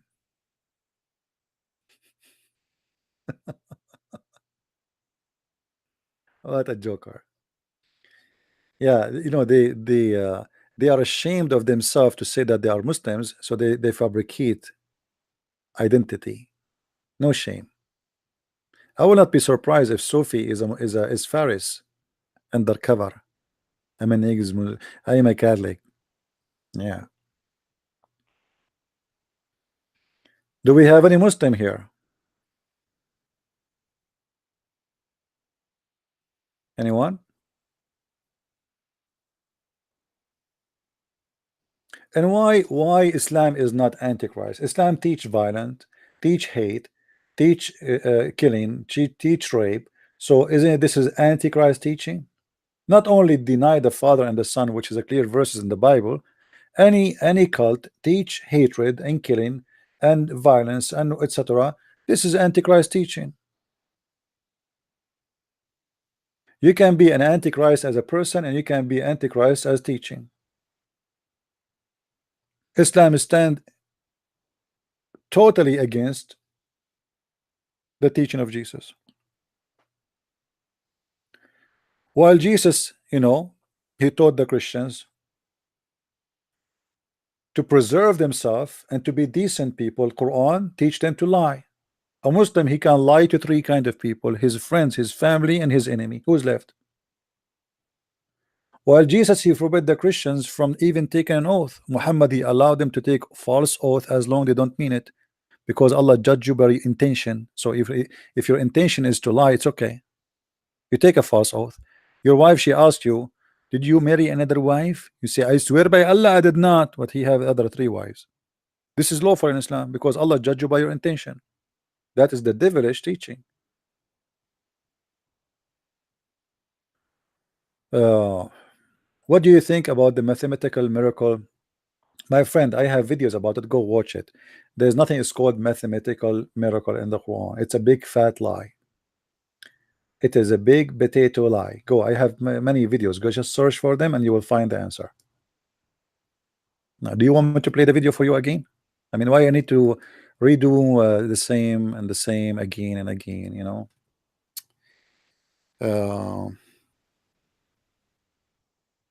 do we have any Muslim?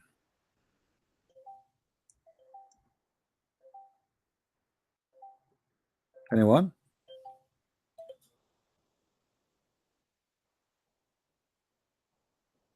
No Muslim?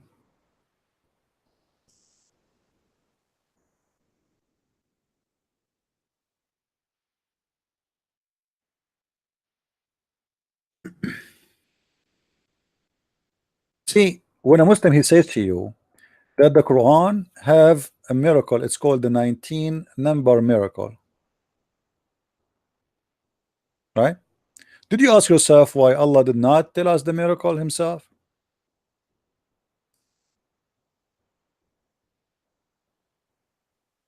This is a video.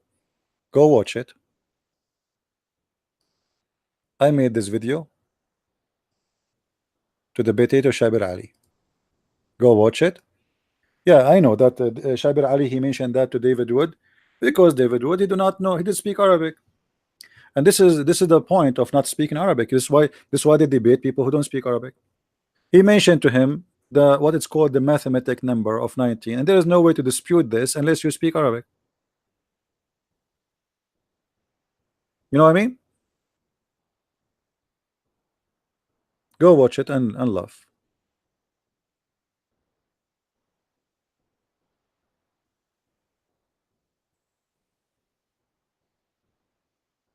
There is no such a thing. All those numbers they calculate for you, it's fake, it's false. If you have my books, I answer about those. If you have my videos, they are there. I made many videos to get them busted, and it's very easy to get this claim busted. If a Muslim he is willing to call me right now and tell me about the miracle of number 19, I promise you it will not take more than 2 minutes to destroy this false miracle. No, he don't speak Arabic. Neither Zakir Naik, he don't speak Arabic. They claim to be scholars, but they don't speak Arabic. What the Muslims they do, they recite for you what it sound like in Arabic, but in different language. As an example, right now, I can type for you in the screen Arabic words in English letters. So when you read them, you will sound like people, they would think that maybe you are speaking Arabic.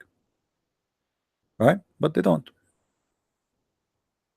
And anyway, it doesn't matter if you like. Here we go. Faris, he speak Arabic. Can you call us Faris to talk about the miracle of number 19, brother? Is it true? Let me call Faris. That will be delicious. Let me call Faris. Okay. So we can laugh.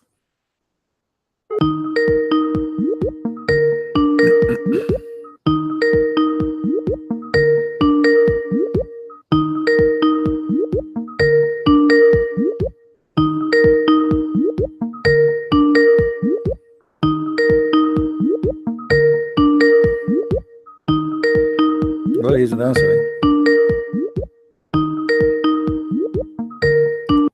Faris doing jihad in the bedroom. He have a new brand new wife. Any Abdul? I challenge any Muslim, and he is more than welcome to tell me about any claimed miracle in the Quran. You choose it, we destroy it. Is that good? What do you think? Anyone, anything. You choose it and leave the rest for me. Who is the Muslim want to do that? Who want to do that? Miracle number 19, 17, 18, I don't care. You just tell me, you ask me the question you like me to ask you, and we will go for it.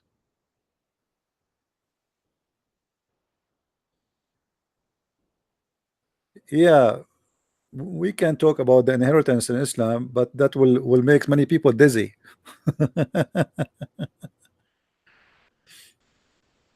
Any Abdul? What do you think? Who is a Muslim would like to call us, please? You see, there is a, if you have my books, like especially the second book, Quran and Science, the whole book is about what the Muslim claim to be science in the Quran, which is absolutely a joke.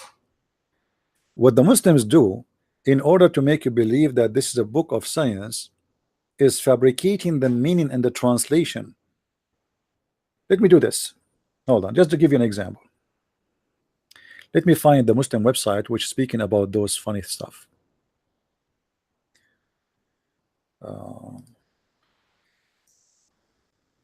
Scientific miracles in the Quran.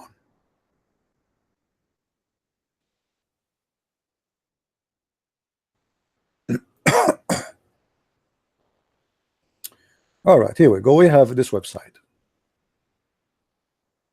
Now I challenge any Muslim to call me and to choose any of those who they are listed in their website. The Quran, the book of Islam, contains scientific knowledge that could not have been known 1400 years ago, brother. Unbelievable. This is in the Quran. This is in the Quran. Where? Who is the Muslim want to show me that? Which one is the choice? The mosquito? The Quran spoke about the miracle of mosquito. This is a new. I don't remember. I saw this one. This is a new one. They added. Let us see the mosquito one. Guys, do you want to see the mosquito one? This is interesting. The Quran speak. There is a scientific miracle about the mosquito. I assure you that the mosquito miracle is misquoted. Oh, mosquito have their own parasites. If this is in the Quran speak about that. Where? Read with me. They are flying parasites that suck the blood from mosquitoes. The Quran say that. That's amazing. That's wow. The Quran says that. Let us see. Oh God. Okay, the Quran says Allah does not shy anyway from making an example of a mosquito and what is above it. And this is about the parasite who they are sucking the blood of the mosquito.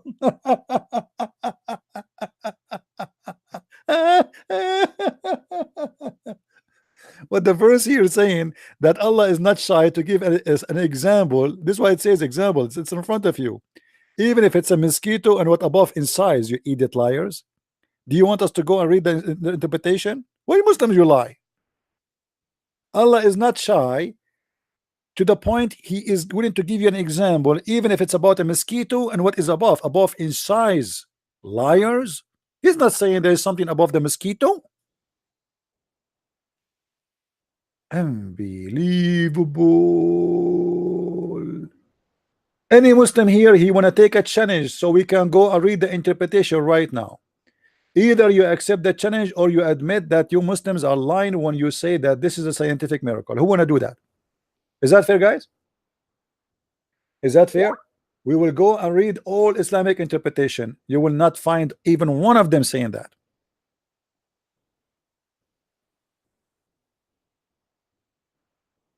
Hello? Any Muslim want to do that? Bad boys, bad boys. What you gonna do?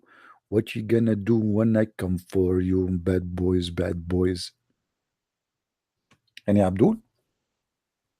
Do you want us to go to Ibn Kathir as an example, or Al-Jalalain, or At-Tabari?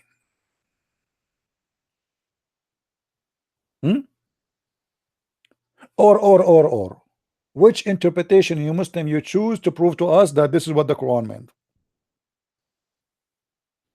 Why you are lying? If we go here,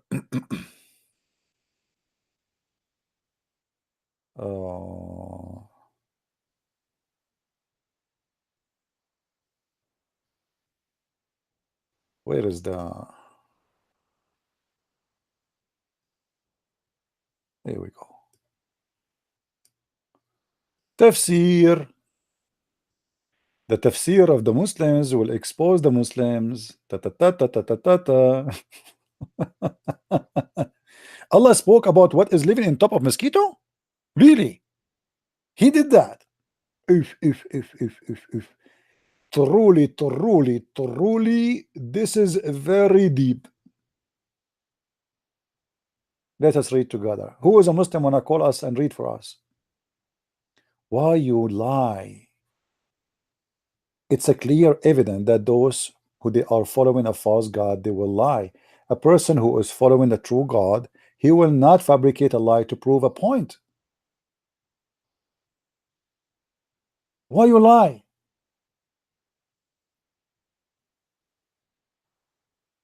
Any Abdul? Who wanna call and read for us what Ibn Kathir said?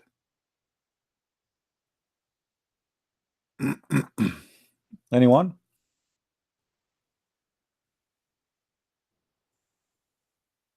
Anyone? Nobody? How sad. Read with me carefully, guys. Read with me carefully. This is not my interpretation. This is what the Quran meant.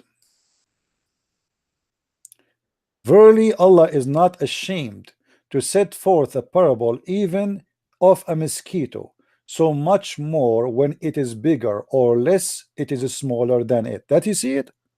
Have nothing to do with that something is riding the mosquito, parasite. What is this about? I mean, you cannot find one decent Muslims making a decent claim about Islam. Do you see the meaning? Suddenly this became that there is something living in the top of the mosquito, brother. When the Arabic is so clear that Allah is not ashamed to give an example, a parable about even a mosquito and what is above. And I don't know why Allah will not make a parable about something smaller. Like, is the mosquito is the smallest in this earth? As long as we are talking about this, let me give you another example. Have you ever heard the Muslim speaking about that the Quran speak about nuclear? Autumn? They say to you, Allah, he knows about this before the scientist knows. Look what the Quran says. In Arabic it says dharra. Inna Allah la yadhlimu mithqala dharra. Chapter 4 verse number 40. How Allah he speak about this? Mithqala dharra? Huh? Read chapter 34 verse number 3. He keep repeating himself because he have nothing to say. It's all over. Chapter 34 verse number 22. The same word. Chapter 99 verse number 7. Chapter 99 verse number 8. But if you go to the Muslim article, they will say that Allah he spoke about the Newton and the you know the what they call them, I forgot, man.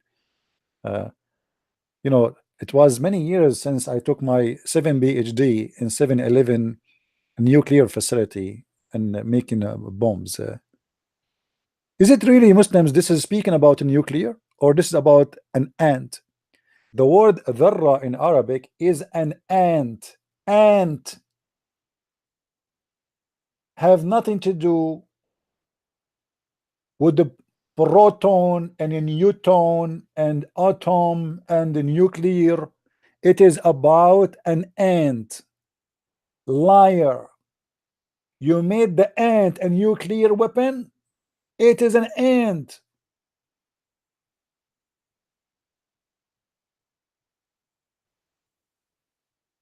The ant in the Quran became a nuclear discovery. Guys, just forget this, Sophie. Let me block her. She is just, you know, some people looking for attention anyway. Her husband, he have only one wife. How he know? He's allowed. And why he have only one wife? What is something wrong with him? His you know, he is a Muslim. He's allowed to have 4 of you.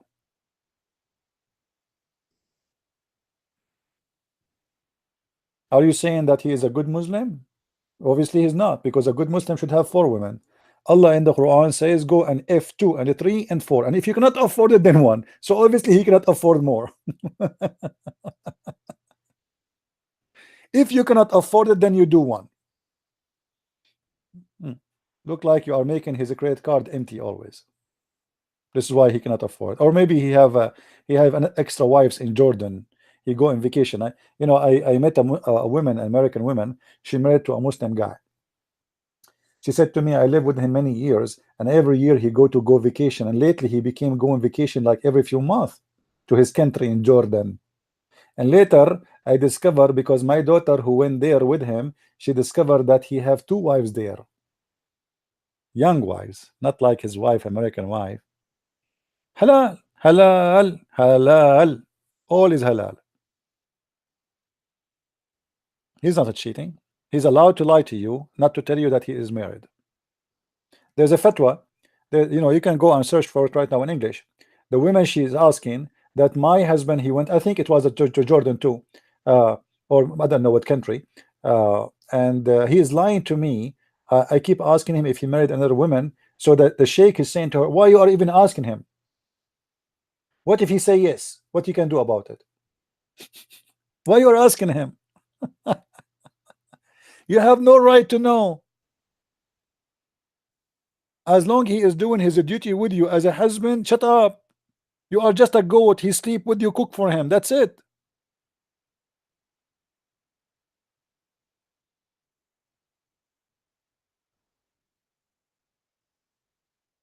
Any Abdul? So here we go. This is an additional example. The word dharra became an atom, but the fact the word dharra is an ant. I will show you chapter 34 verse number 22. Let us go. 34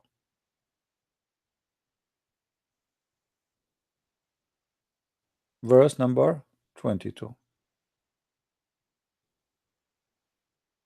Does it mean really an ant?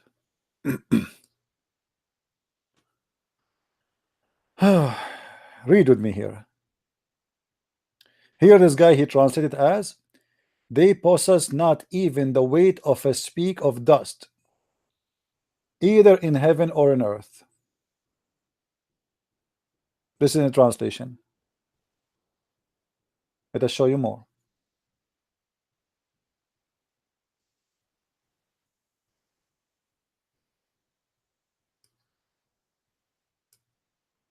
Go here.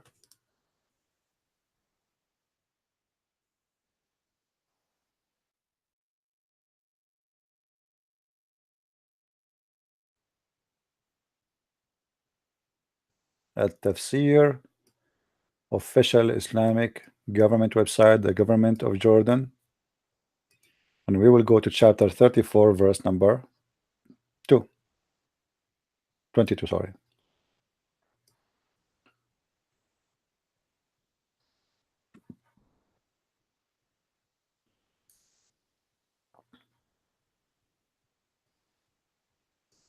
Is it really an ant? Let us see. Say, oh Muhammad, this believer of Mecca, call those who asserted those of you, etc. Blah blah blah blah blah blah blah blah blah blah blah blah blah blah. Okay. Look here, he translated the word of an atom. That's false. Let us get them busted. What atom? It is an ant, you liar.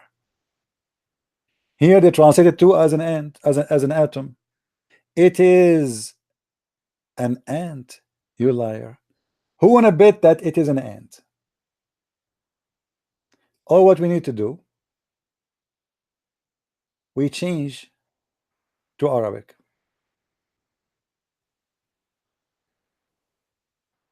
Arabic.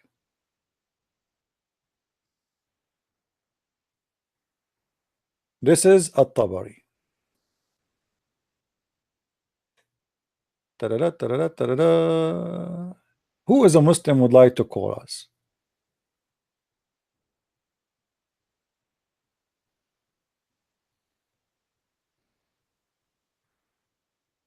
Who is a Muslim would like to call us and read for us? Does it say really it's an ant? And explain to us why you Muslims lie. Any Abdul?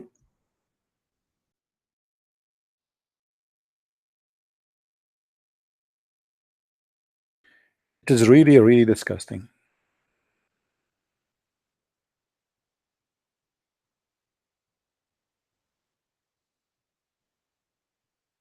Dharra simply is a word mean namla.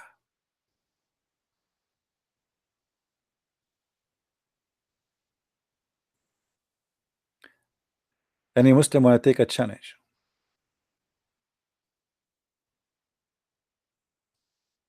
Liars, liars will end in fire. What a shameful cult, who they are willing to lie to claim something is not exist. Any Muslim want to do so?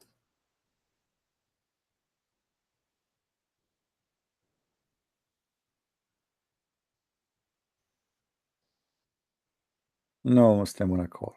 My Skype is open, but nobody want to call.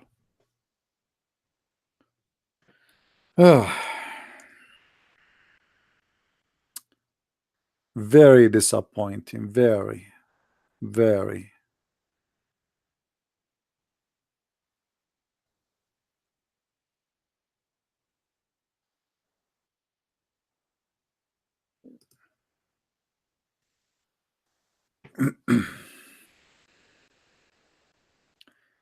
Any Abdul?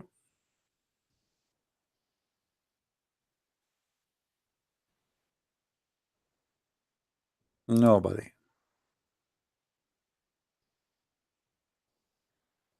You see, I like always I notice how Muslims, when they try to present something about Islam, you know, they try to present Islam as made by some Muslim Abdul in YouTube today, not Islam, not the version of Islam which is made by their scholars, who they are where all Muslims agree that this is where the knowledge is coming from. Suddenly, a book written by Harun Yahya, who is in jail right now for he being accused of a human trafficking and having involving prostitution with the children. He is the one who started this wave of science in the Quran. That's why you see his name is mentioned in my book. Any Muslim would like to call me. Read with me carefully. لا يقدرون على مثقال ذرة يعني أصغر وزن النمل. He meant the lowest weight of an ant. Do you see it? Why you made this about nuclear and about etc.? It's an ant. ذرة is a small ant. This is why in Arabic we say dharari, which means the children's, you know, baby ants. So that goes even for a human. Any Abdul?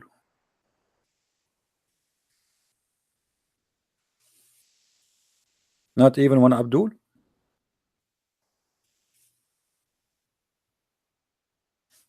So today we got lucky only with legendary Faris, who tried to, he challenged me to read the chapter, Matthew chapter 34, which we cannot find.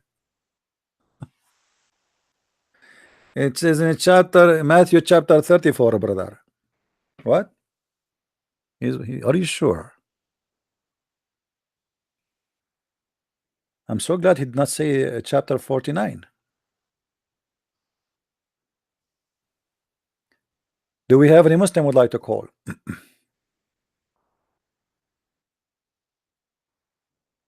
Anyone?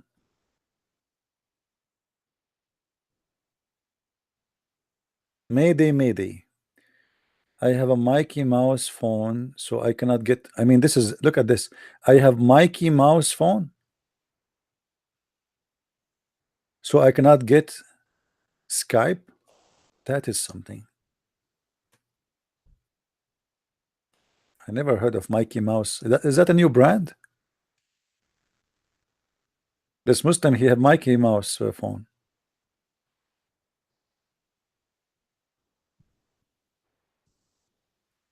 Anyway, well, look like there is no Muslim. He is even willing to ask us the question, so we can ask him the question which he is asking us.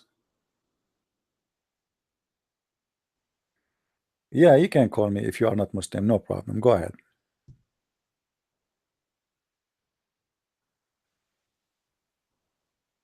We will give it 5 minutes more. Anyone want to call?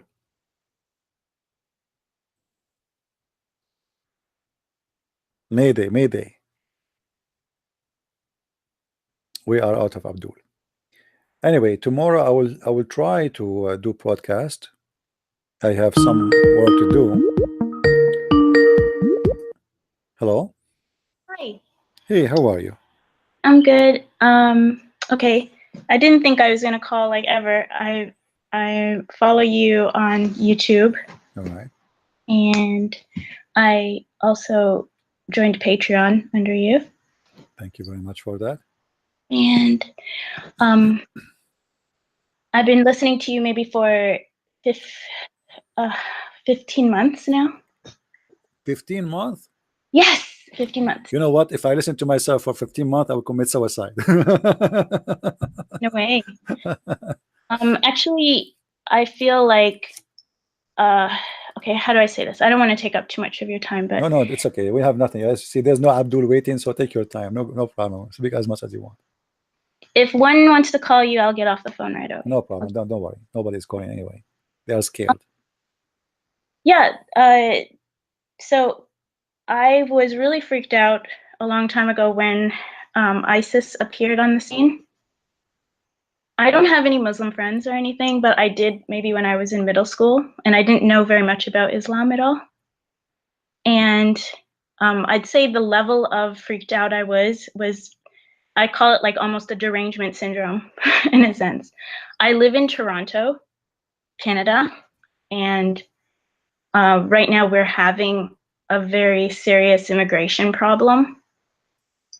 I used to see maybe a hijab once a month. I see it 5 a day these days.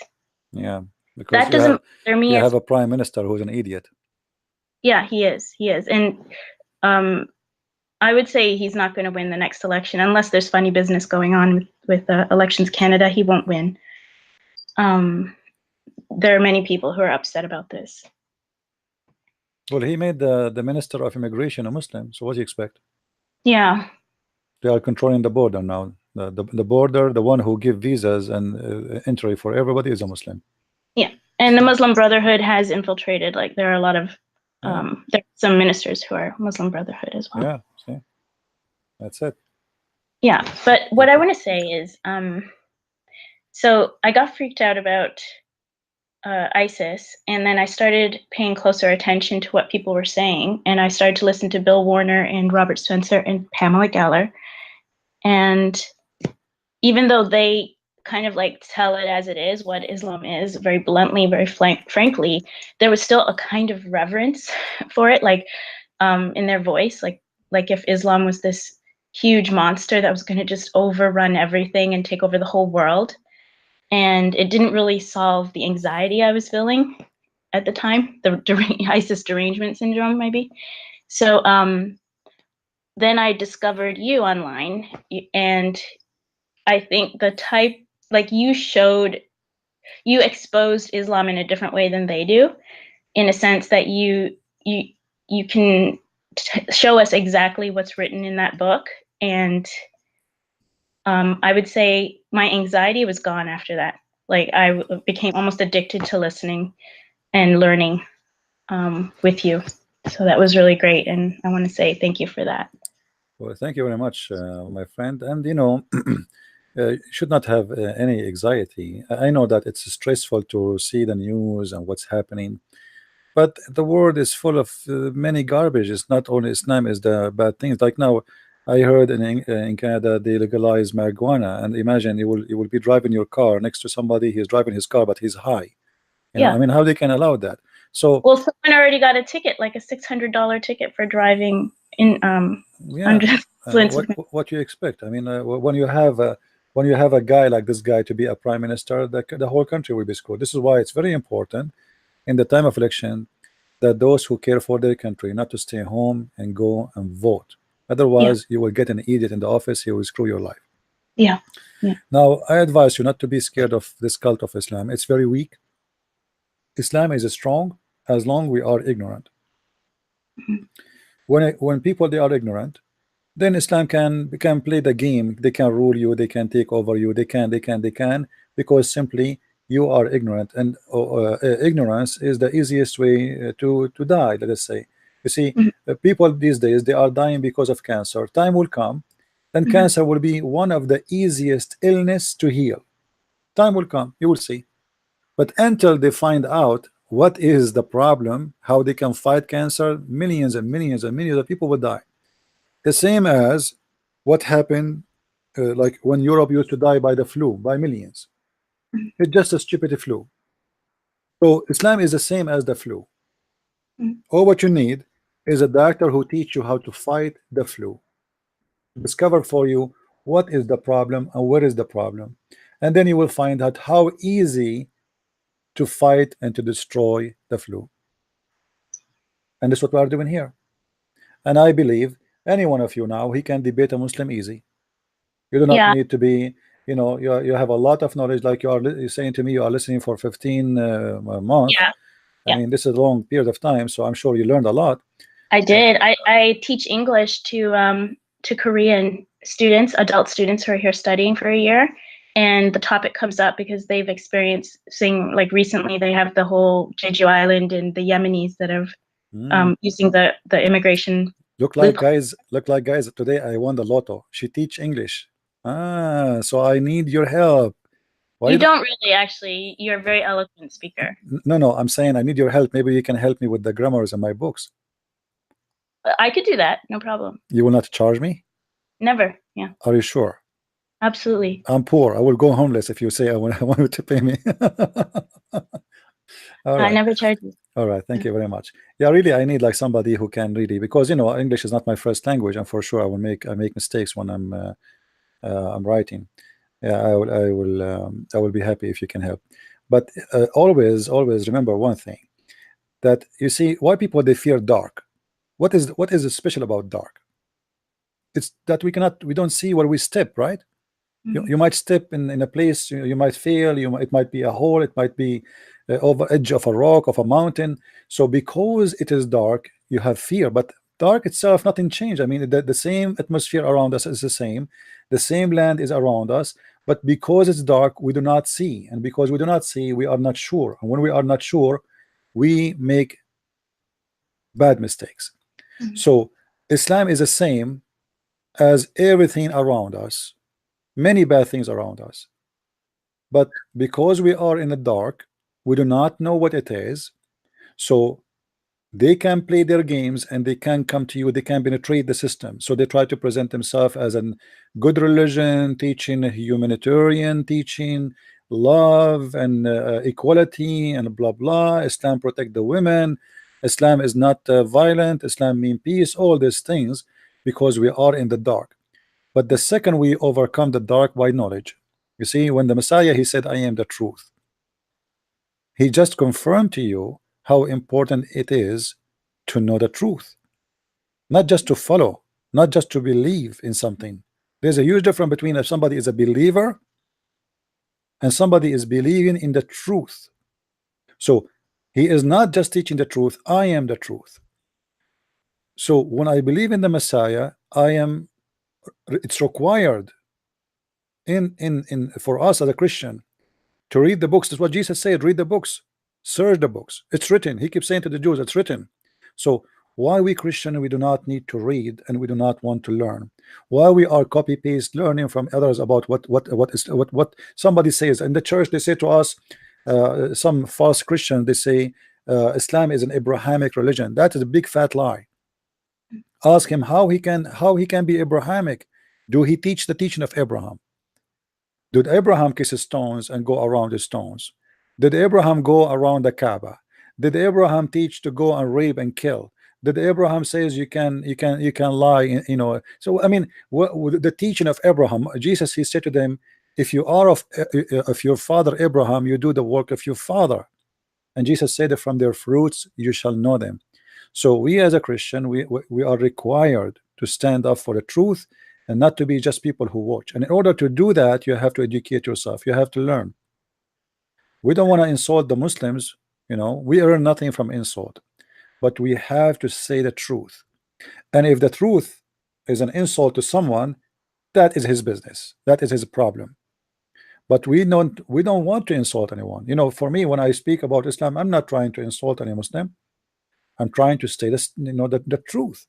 When I say they are saying the Quran full of miracles, it's a lie. I'm not accusing anyone of lying. I'm saying he is a liar, and I prove it. So don't be afraid of this cult. Let this cult afraid of you. And how that can be is you being educated. And I can tell you are a smart lady, and you know you are learning fast. And I'm sure by what you do, like teaching others, maybe you can share knowledge from time to time. Teaching is a very important tool to reach out to people, because you get opportunity other people don't have. You are a teacher, you know. That's why Muslims, they try to work as teachers in the West, because they can penetrate the mind of Christian children's. You bring a Muslim teacher to teach Christians, the first thing he will start saying, he start right away promoting his cult. And then a child, he'll go to his home, and his home, he have a parents who don't teach him anything. They themselves, they have no knowledge. So the child will be later easy fish for this teacher to brainwash him. And that's why we saw many children, sadly, who they are children of Western people in the West, like in Australia, the story of the guy who is 16 years old, kid, who his family suddenly he disappeared from the home, and then after 2 weeks he appeared to be in Syria doing suicide bombing. How this happened? It was the school.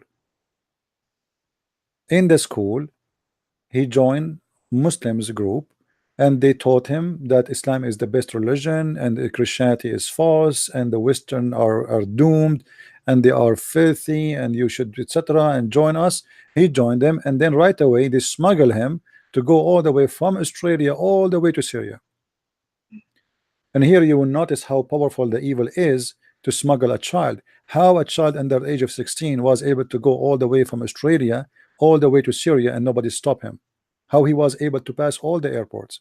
How he can fly alone. How come no police ask him, how come you are 16 years old? Do you have a permission to fly alone? Where's your parents?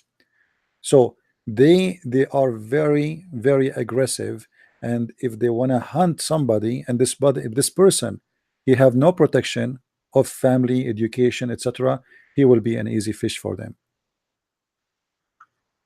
This is why we need to teach our children, and we need to share whatever we learn here with our friends. So I encourage you, my friend, when you speak to ladies and around your friends, you know, share what you learn. And if any one of them, he have a question, he don't believe that you are telling the truth, or let us say they don't agree with you, ask them to join us here, and they are free to ask us any questions, and I will be happy to answer. All right. That's great. Anything else?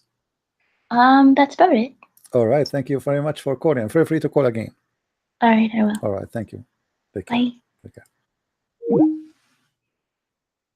You see, Islam is a very easy cult to fight. It is the easiest cult to fight. I cannot believe how easy it is.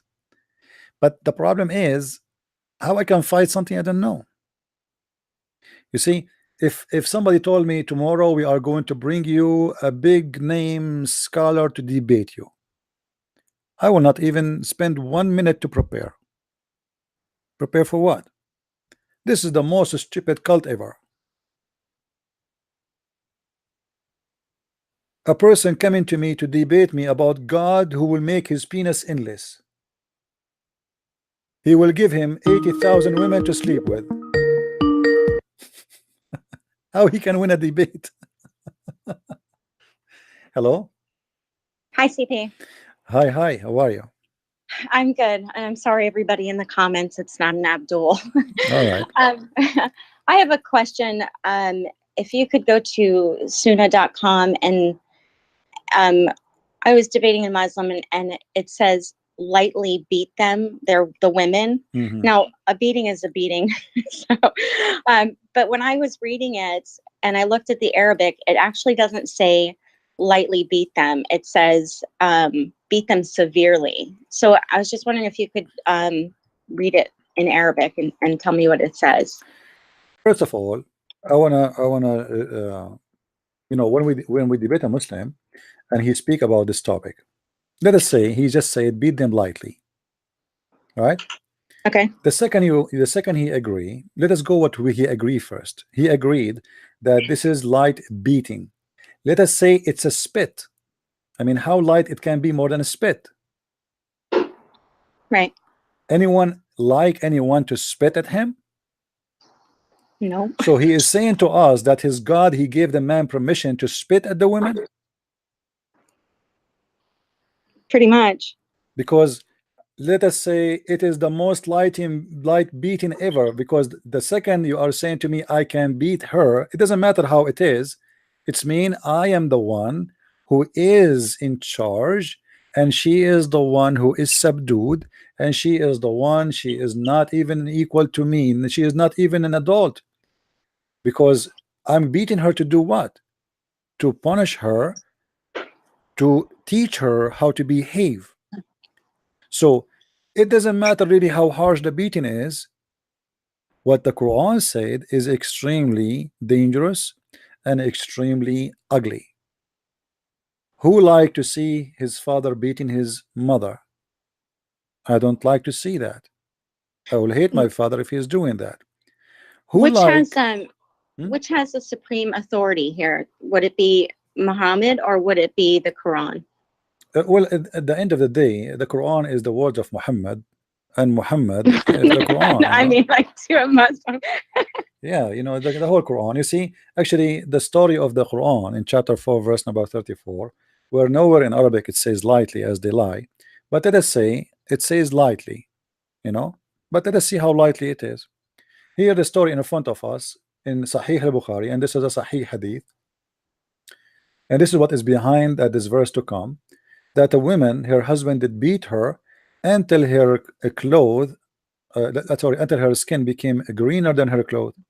So right. how much light the beating was, to the point her skin is greener than her clothes. Read with me, Muslim, carefully. This is Aisha speaking, not me. So don't accuse me of lying. Obviously, Aisha must be lying. So the woman, she came, spoke to Aisha, and Aisha, she said that a lady came wearing a green veil and complained to her, which means Aisha, of her husband, and showed her a green spot in her skin caused by beating, not biting, beating. It was a habit of ladies to support each other.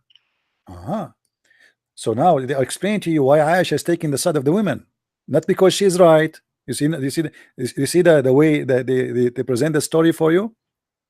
They're trying to present to you that here Aisha is not because she is right, she is saying that, but because it's women, they support each other, you know. So when Allah Messenger came, Aisha, she said, I have not seen any women suffering as much as a believing woman. What does that mean? Aisha, she is witnessing right now that the most women who suffer is a believing woman. It's a Muslim woman. She never saw between women who live around anyone suffer as much a Muslim woman. Why? Read carefully. Look, her skin is greener than her clothes. And then the story continue, and later we find in the story that this woman, she married this man because Muhammad, he made a rule: if the husband, he divorced his wife 3 times, she cannot get back to her previous husband unless she go and sleep with a new, or marry a new husband. So now this new husband, she don't want to marry him really, but she thought she will marry him and she will make him hate her. She will not sleep with him, so he will divorce her so she can go back to her previous husband.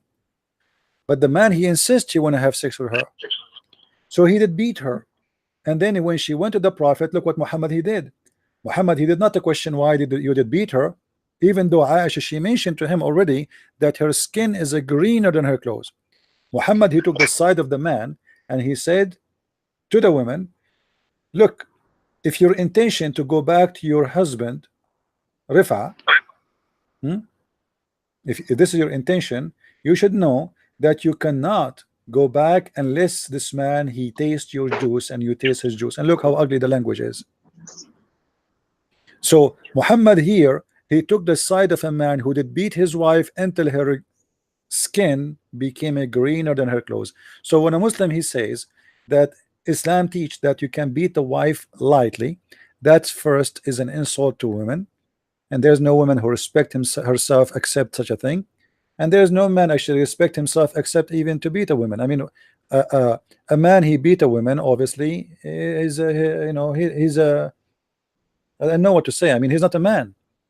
If you are a person who like to beat people, will go and find a man in your size, not somebody is like you are 10 foot and he is 5 foot. Find somebody is equal to you. He's a male, he like to fight, and fight with him. A fighter, you know, find a fighter like you. You are a hero. But a man who beat his wife, obviously he's a coward. And usually those who beat their women, they are people who they beat them outside, so he go inside the house to find himself to be a man again. He want to earn his respect again, so he cannot find himself respected outside, so he try to be respected indoor. So what he do? He use violence with his wife and children. So what I get from the Muslims is that, well, this was like when he was dying, this was the last, you know, the last hadith, and it was to be kind to women. And, but when I read it, it says, like I said, when I was reading it, I translated the Arabic, it actually says to beat them severely. I didn't see beat them lightly anywhere in that. So I was like, you know, where I can't translate it except for, you know, through my translator and what I know of what the Arabic actually says. I'll share it.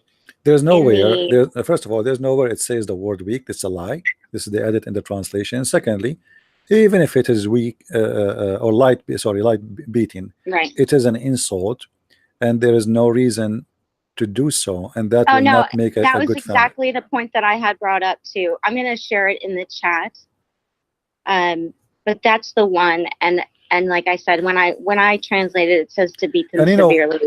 You need to focus on one thing. What is the purpose of this beating? Do you remember what is the purpose? The purpose is to make obedience. To obey. So it's obviously it's a way of violence, because if you just beat her lightly and the women, she don't obey. You know, I mean, so what this beating would do exactly? If it is light beating, what is the purpose of this beating? Is to force her to obey. If it is a light beating, as he claimed, which means it doesn't do any harm, well then she will not obey and nothing change. And the Quran make it clear. And you see here in the translation they add the word lightly, which is a false translation. Okay. But if this is lightly, but the Quran is so clear, is to force them to be obedience, is not just to beat them, it's just to beat them to make them obey. So if the light beating is the way to make them obey, that is stupid, because no woman will obey her husband because he just touch her with his toothbrush, as they claim. Don't they say we beat the women with toothbrush? Okay. Yeah, with like I have a wife, she is not obeying me. Let us say I have a wife, she does not obeying me. I will beat her with a toothbrush, she will be tickling. I mean, this is even a stupid solution. Are you saying to me that Allah is stupid? Because what they are saying to me, you make your wife tickle and laugh in order to make her obedient. But the purpose of the verse is to punish her by beating. What toothbrush? When I beat a woman with toothbrush, she will obey me? I agree. Imagine, guys, we are doing a strike against whatever in the street, and the police came and they are holding toothbrush. What do you think will happen? Imagine the police is coming and they want to beat us. Trump, he said, beat them lightly. And all the police, they are holding toothbrush in their hand. I mean, will be the most funny strike ever, and there will be the most funny police ever. So when they say to us, beat them with toothbrush, this is the most stupid, funny lie. They say to you that the Prophet, he said, beat them with the miswak. The miswak is a long root. It's a tree root. It's a very harmful. You see that the miswak is not the same, the 1 inch you see today. This is because of the business growing. Everybody is buying the miswak to clean their teeth, as Muhammad he used to do supposedly. But the miswak is a very long root, grow under the ground, which is very harmful and very flexible, and it's not short. Let me see if I can show you some pictures of the miswak. So I think it actually says to discourage your wives. To discourage them, right? If you change the translator, if you go to you see, and even that this is why we say Muslim translation is a lie. You change the translator, you will find the translation saying something totally different. Like here we go. If we go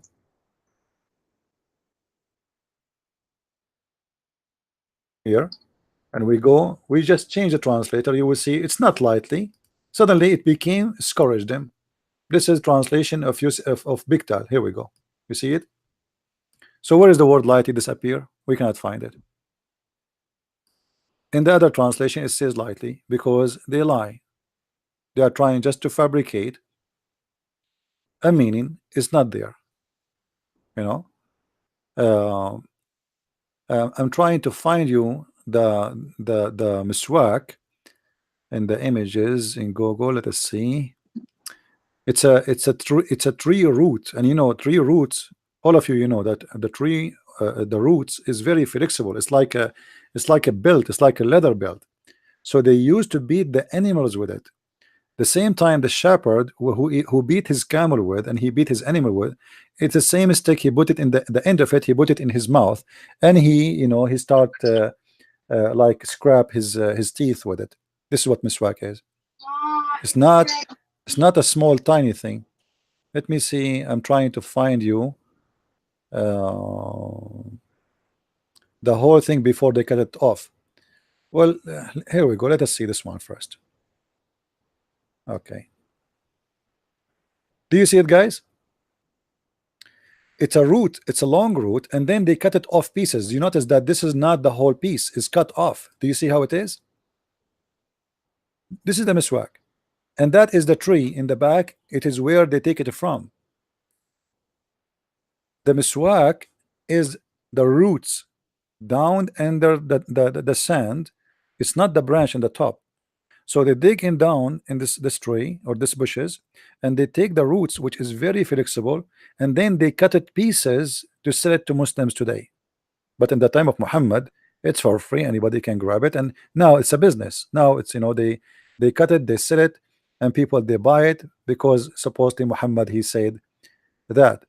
And I'm trying to find you like a long like the original picture of the roots. You see how it is? It's a long root. It's not what they say, but they cut it pieces. You see how it is? This is the miswak. Very flexible roots. They grow under the ground, and then they cut them pieces and they made them for sale. But this is not how it is. This is after they cut it off. This is how it is today, because they sell each one of them for a good money. Those Hujjaj, the one who go to visit the Kaaba, they go and buy the miswak and they bring them home, and they cost them a lot of money. They are expensive today. So Today it's a big business in Saudi Arabia. They grow these roots, so those who come to visit Mecca, they buy it. And because it became expensive, so now they cut them small and give them out. But in fact, they are long branch, grow under the ground, and then before they never cut them out like this. They use it as a belt to beat the animal with it. Remember, Saudi Arabia is not a country where there is wood and etc. So and they grow, and this is how they live. You know, they are Bedouin who have their animals. So those roots are very useful to beat the animals or to drive the cattle from a place to place. So the shepherd, he carry it always with him, or you are sitting in the top of the camel, so you beat the camel with it, so he rush and he run. So maybe Muhammad meant to just beat them only until they're purple and not green. Well, purple, green. What a stupid religion. And you know what the point if my wife obey me because I did beat her? I mean, this is not obedience. You know, this is not obedience. This is just I'm enforcing something. The second she get her freedom from me, she would do the opposite. And this is why Muslim women, they cheat a lot of their husbands, because the husband, he is tough on them, he is harsh on them, he beat them. So the second they get their freedom, they do something wrong. This is why Muhammad, he ordered the Muslims that when they go, if they are coming back from jihad, they should not go directly to the house. He told them you have to send a message to your wife before you go, so nothing wrong will happen. There's a Muslim sheikh in the Egyptian TV. They ask him, what was the wisdom of this? He said, well, imagine you are coming home from jihad and then you find that your wife, she have a boyfriend, and you cannot even prove it because you need 4 witnesses. You open the door suddenly and you find your wife sleeping with the guy in the bed, and you don't have 4 witnesses. So what you can do? Here we go. So he said the prophet is doing you a favor. You send them a messenger, knock at the door to your wife, say hey, and even he forbid them to go to their houses during the night time. Because I mean, why you forbid the husband not to go to his wife during night time? I'm coming from travel, I cannot go to my wife during night time. Yeah, because what if she have a boyfriend there? So you go in the morning, you deliver a message at night, you send somebody, he knock at the door, he don't get in, he tell the wife your husband is here, he's in town tomorrow, he was coming here. Some Muslim they explain, no, the prophet, he was trying to teach the Muslim women that to give her a chance to comb her hair, to take a shower, the husband is coming, so he will not see her look ugly. I mean, this is the most stupid explanation ever. The Muslim cleric, he explained better. He said, what if you came and your wife, she have a boyfriend? If you remember in the hadith, where a man, he came and he complained to Muhammad, and he said to him, my wife, she never stopped any man from touching her, which means she never stopped a man from sleeping with her. If we go here, what Muhammad said, this is the morality of Muhammad. Look what he said.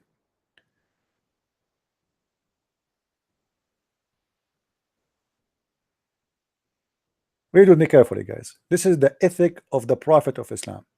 A man came to the Prophet, SAWS Mercedes-Benz. He said, my wife does not prevent the hand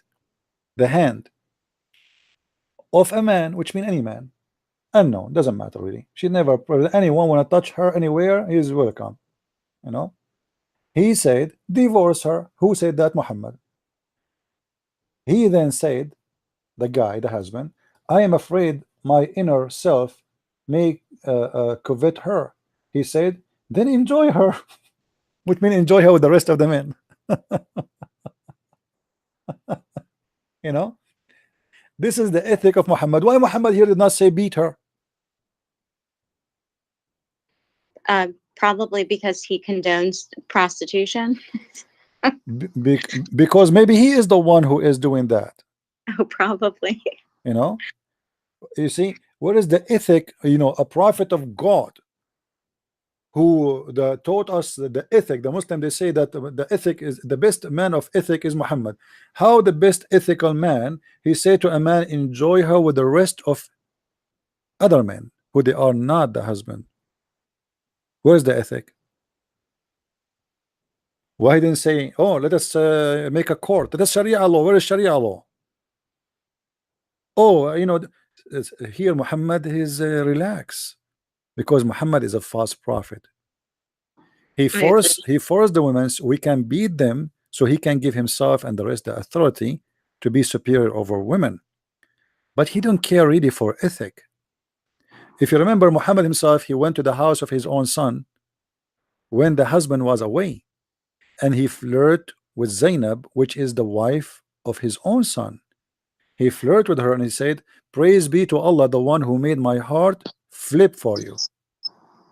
So how a man who go and flirt, and obviously he slept with her before she became in his bed as a wife supposedly, how a man like this, he flirt with married women when she is married and he is a prophet, he can teach us the ethic.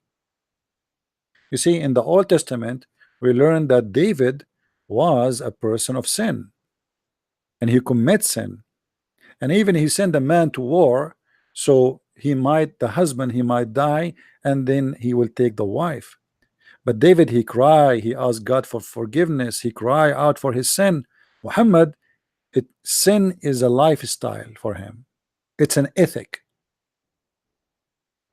And this is why we cannot compare between the sin of David and the sin of Muhammad.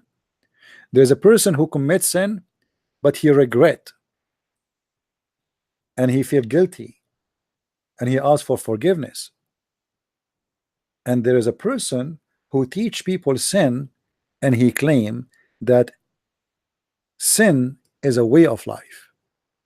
And now the Muslims, they are practicing the sin of Muhammad as a way of life. I beat my wife, they don't think it is sin, it's a way of life. Women need to learn how to behave. So what we do, we beat them, we punish them, we jail them in their rooms as if they are goats. And then the women, she always have to be obedience, not by convention, like I speak to my wife, I convince her. No, I beat her in order to be subdued. In that same hadith I was telling you that it says to beat them lightly, it also says to keep them as captives or prisoners. Yeah, the verse says you jail them in their rooms. You know, you jail them in the room and you stop having sex with them.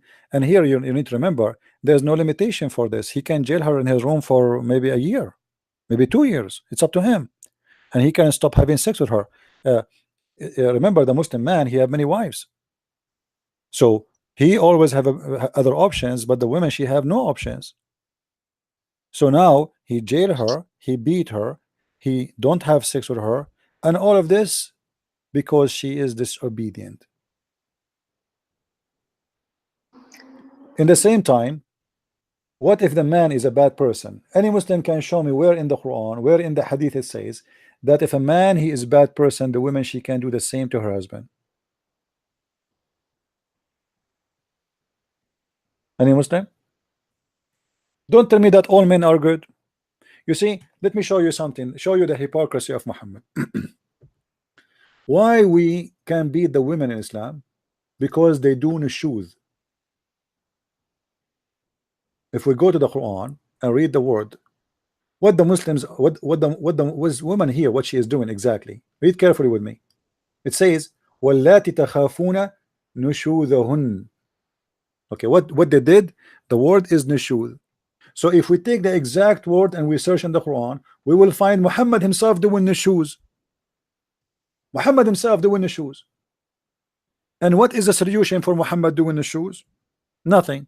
The wife, she gave her right to Muhammad because he is doing nushuz. In the case of a Muslim woman, if she is doing nushuz, we beat her. If we search for the same word in the Quran, watch with me, copy paste, same exact word, we will see it appearing in the Quran twice. Chapter 4 verse number 34, chapter 4 verse 128.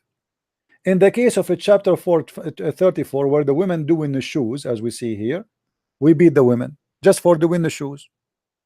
If the man doing the shoes, the woman, she is going to lose her right. وإن امرأة خافت من بعلها نشوذا أو إعراضا فلا جناح عليهما. Okay. If a woman, she is afraid that her husband will do nushuz, or he don't like her no more, it is not a problem for them if they have an agreement. And what is the agreement? The woman, she will give out her right.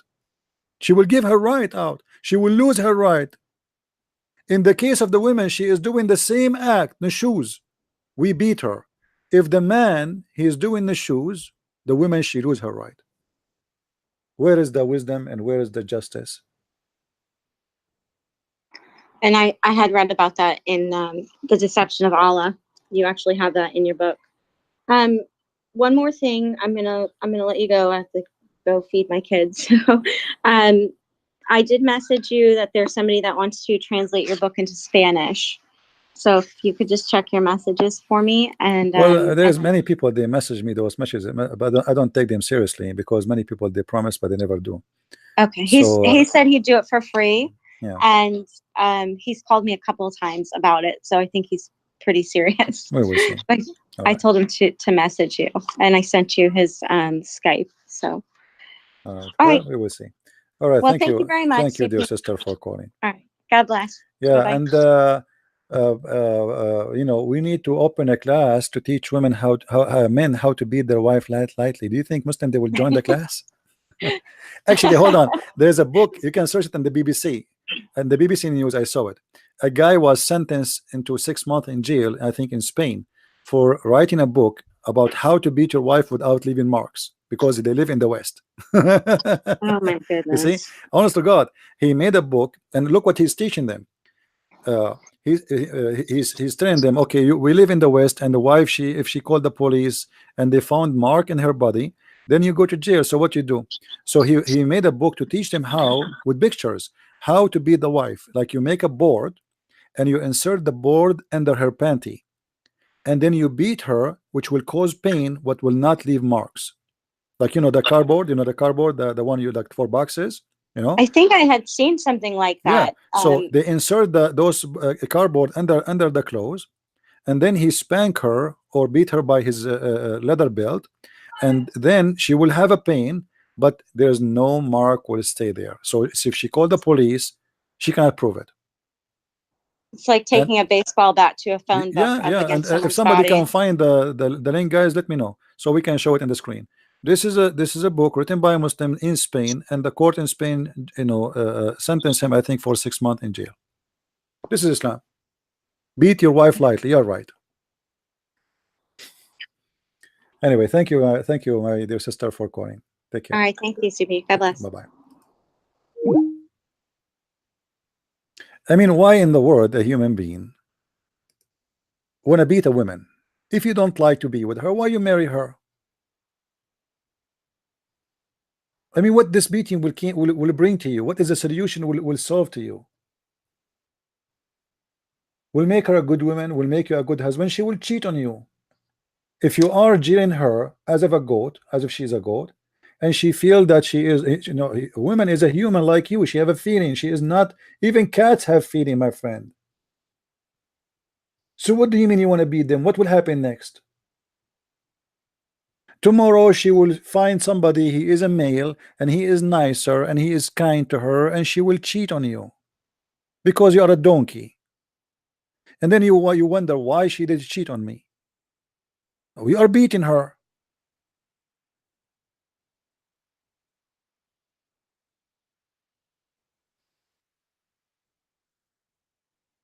There is no human being. He have a, I mean, I don't know how big the brain of a human being can be or how small it can be. He think that by beating someone, you will make this someone be good to you.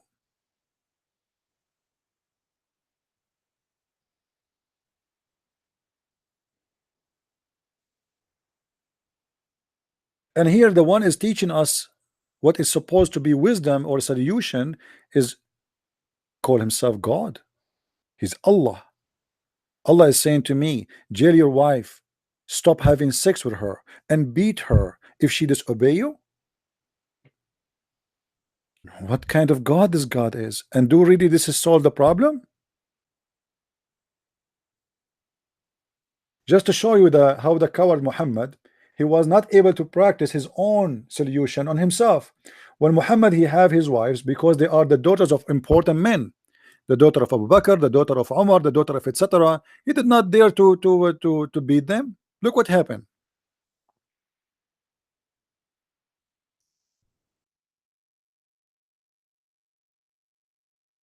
Chapter 66, verse number 4 and 5 and etc. If you read this chapter is speaking about Muhammad. He have fights with his wives because Muhammad, obviously, he is the bad man. Look what Muhammad he did.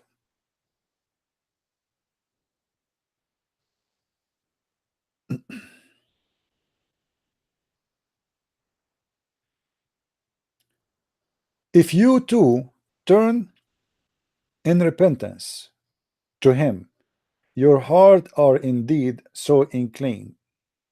But if you back each other against him, truly Allah is his protector, and Jibreel, and every righteousness and righteous and one among those who believe, and furthermore the angels will back him up.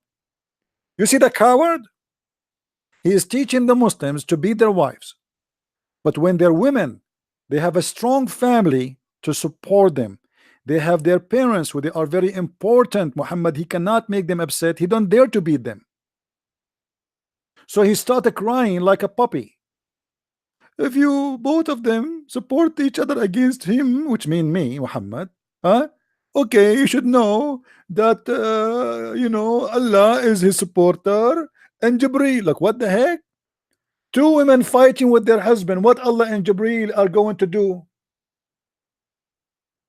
Muhammad, he need a protector, and this protector, his name is Allah, to protect him from two women. They are 5 foot tall.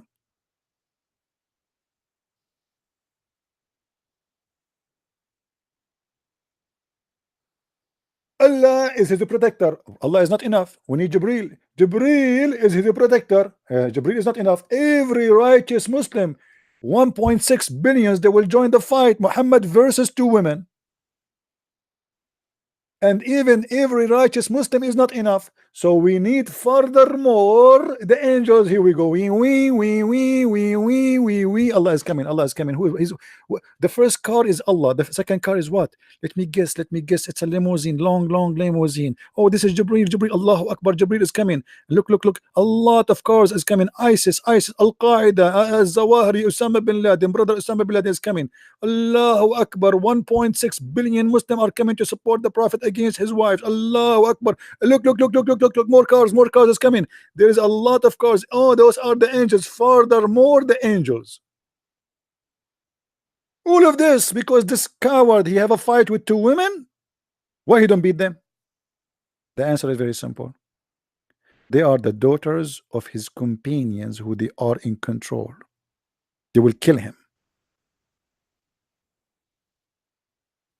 So he was teaching the Muslim to beat their wives because those women are weak, but his wives, he don't dare to do anything with them.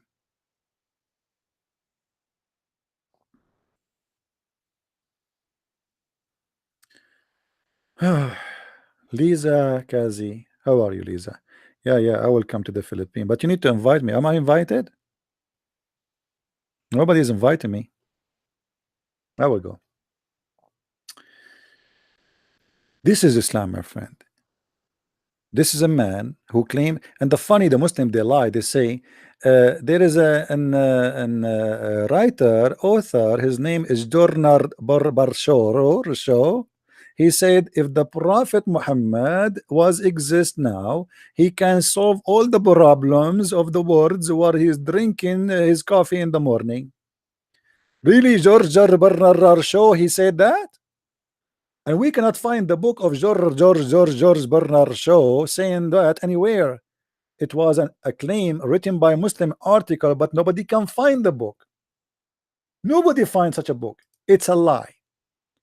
And here we go, the one who can solve the problems of the world, he cannot solve a problem inside his house, to the point he need the support of Allah and Jibreel and every believer in the world, and furthermore all the angels. It looked like the Almighty God and all departments of Islam, of Almighty God of Islam, not my God, they are busy trying to protect the Prophet from the two women who they are 5 foot tall. And I have to agree, Arab women, and I am an Arab, are very aggressive, so don't misestimate how dangerous the situation is.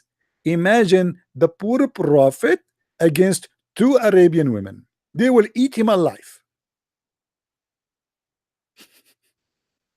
This is the prophet of God.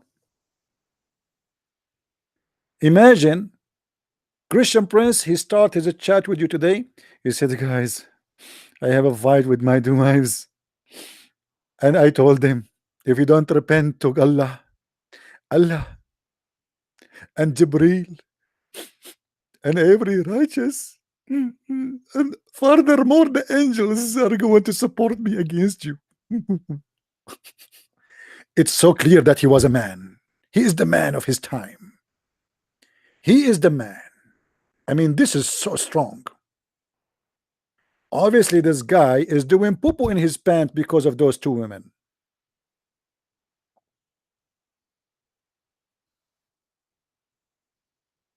With such an army you can fight the universe, not 2 wives. Allah is with you if Allah is God. And why you are adding Jibreel? If Allah is with you, who needs Jibreel? What Jibreel would do? He bring rocks? This is the most stupid cult religion ever. What is? A man is fighting with his 2 wives. Why he is bring? Allah is my supporter. And Jibreel. And Jibreel is coming like, yes, I'm here. Yes, master. What do you want? I have those 2 women. They are fighting me. Jibreel, he said, hold on. Don't do anything yet. We are not ready. Allah is here. I am here. We need more. We need more. All the believers. All the believers. Takbir. Yes, sir. Allahu Akbar. Today we are going to do jihad. Allahu Akbar. Against who, sir? Against the wives of the Prophet. Allahu Akbar. That's very dangerous. Please, can we fight Israel instead? Because they are very, very harmful and very aggressive. I prefer to go and do jihad in Afghanistan, but not to fight the wife of the Prophet Aisha. She is a very, very, very aggressive, and she might beat us with her sharp teeth. What? And then after they got the believers is not enough. And furthermore, are you ready, brother, now to do jihad? No, not yet. We need furthermore all the angels in the world. I see the angels. I see a lot of dust is coming. Oh, like 1,000 angel, 2,000 angel, 5,000 angel, 10,000 angel, 100,000 angel. Brother, are you could keep counting forever? There's a lot of angels. When we are going to start the war against Aisha and Hafsa, I mean, come on. Time is going, the sun set. This is a religion. And this is a prophet of God.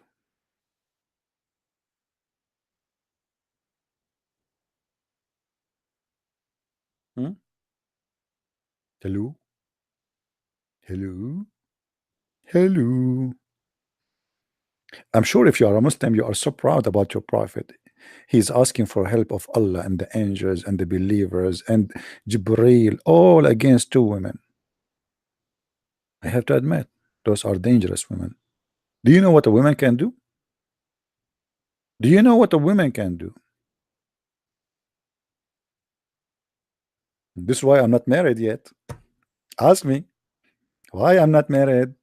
I don't want what happened to the prophet to happen to me.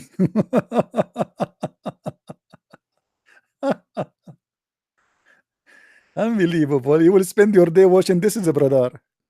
Two women scaring the hell of Muhammad. So what about the rest? The rest doesn't count. He have 13 wives according to Muslim, but he is scared of 2. 2 of them. because of their parents. They are the leaders of two parties, Democrat and Republican. I wonder what Muhammad will do if his wife was Hillary Clinton.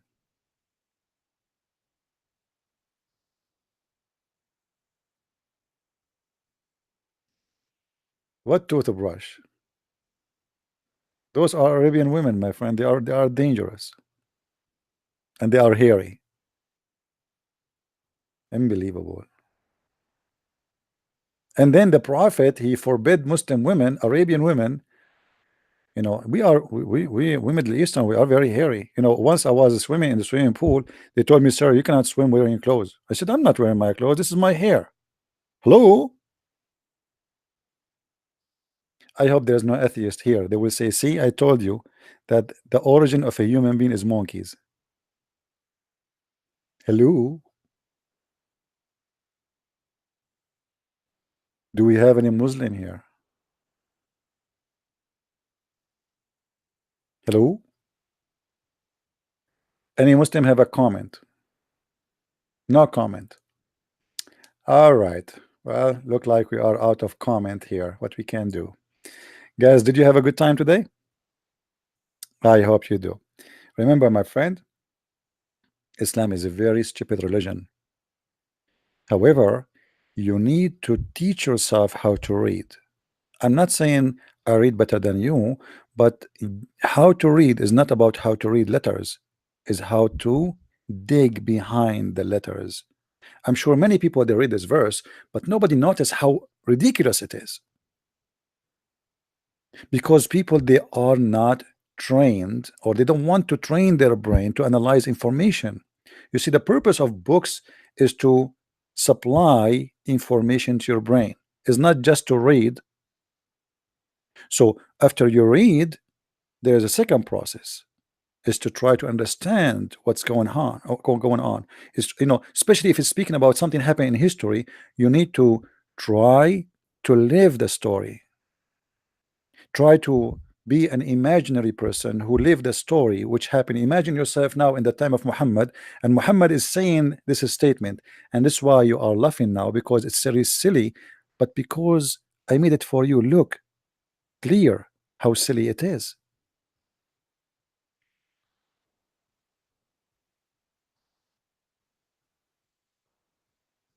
So my friend, Islam is not really tough religion to defeat. It is the most stupid, easy to defeat. Every verse in the Quran is a joke. Every chapter, every page in the Quran is a joke. All what you need to do when you read, try to analyze. Try to figure out what's happening. Not just to read. Try to train your brain to be fast thinking brain. You see, it is, the brain is like a machine. If you are not going to practice what you are being given by God, the brain will be slow. You know, if you are a person who just want to eat and drink and sleep and, you know, and take things easy, and you don't want to think, then the brain will not practice. You know, will be really a slow processor. Use it, or you will lose it. I want to say thank you guys for being here. May the Lord bless you. And I am thankful for the ladies who called us today. I like to hear ladies more calling, actually, because first of all, we are Christians, and the Muslim try to say that women are not allowed to talk, when the fact this is false. Actually, the first one who asked the Messiah for a miracle, it was Mary.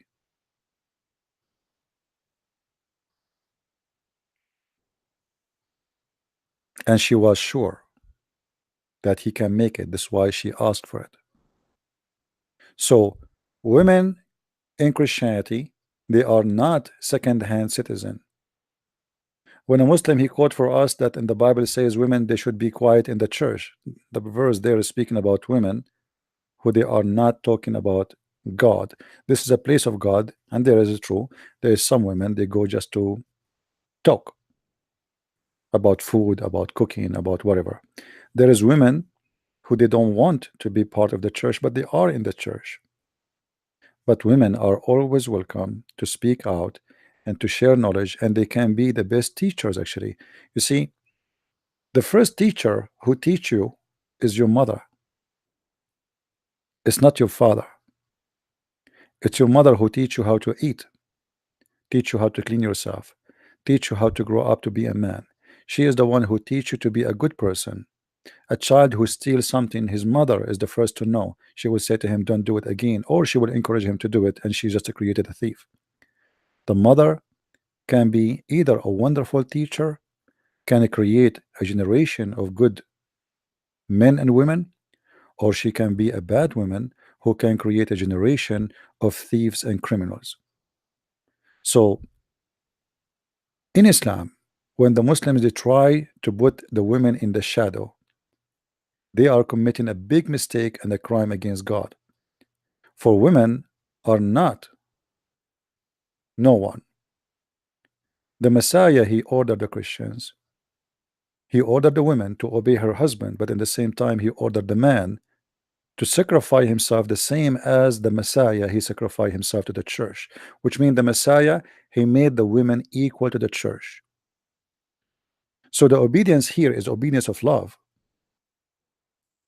not the obedience of violence. The woman, she is obedient to her husband, for he is the head of the house, because of love. The man, he sacrificed himself for his wife, the same as the Messiah sacrificed himself to the church, because of love. And this is why there's a huge difference between the way we understand marriage in Christianity and the way they understand sex contract in Islam. In Islam, there's no marriage. A man, he marry a woman, not women. A man who love, he love a woman, not women. A man who want to have a family, he will have a family with a woman, not women. The man who want to marry more than one, he don't love anyone. He love to be with women. That what is in Islam. And that's why the Messiah, he made it clear that the man should marry one woman. One woman, one man. That is family. Anything else is a lost. Why a man he need to have 4 or 5 or 3? And how in the world, if you say to me it's not enough for him to have 4, why 4? What about having 100? Actually in Islam there's no limit. Or what Islam says, that 4 women at the same time, but you have unlimited numbers to remarry again. And that is very ugly.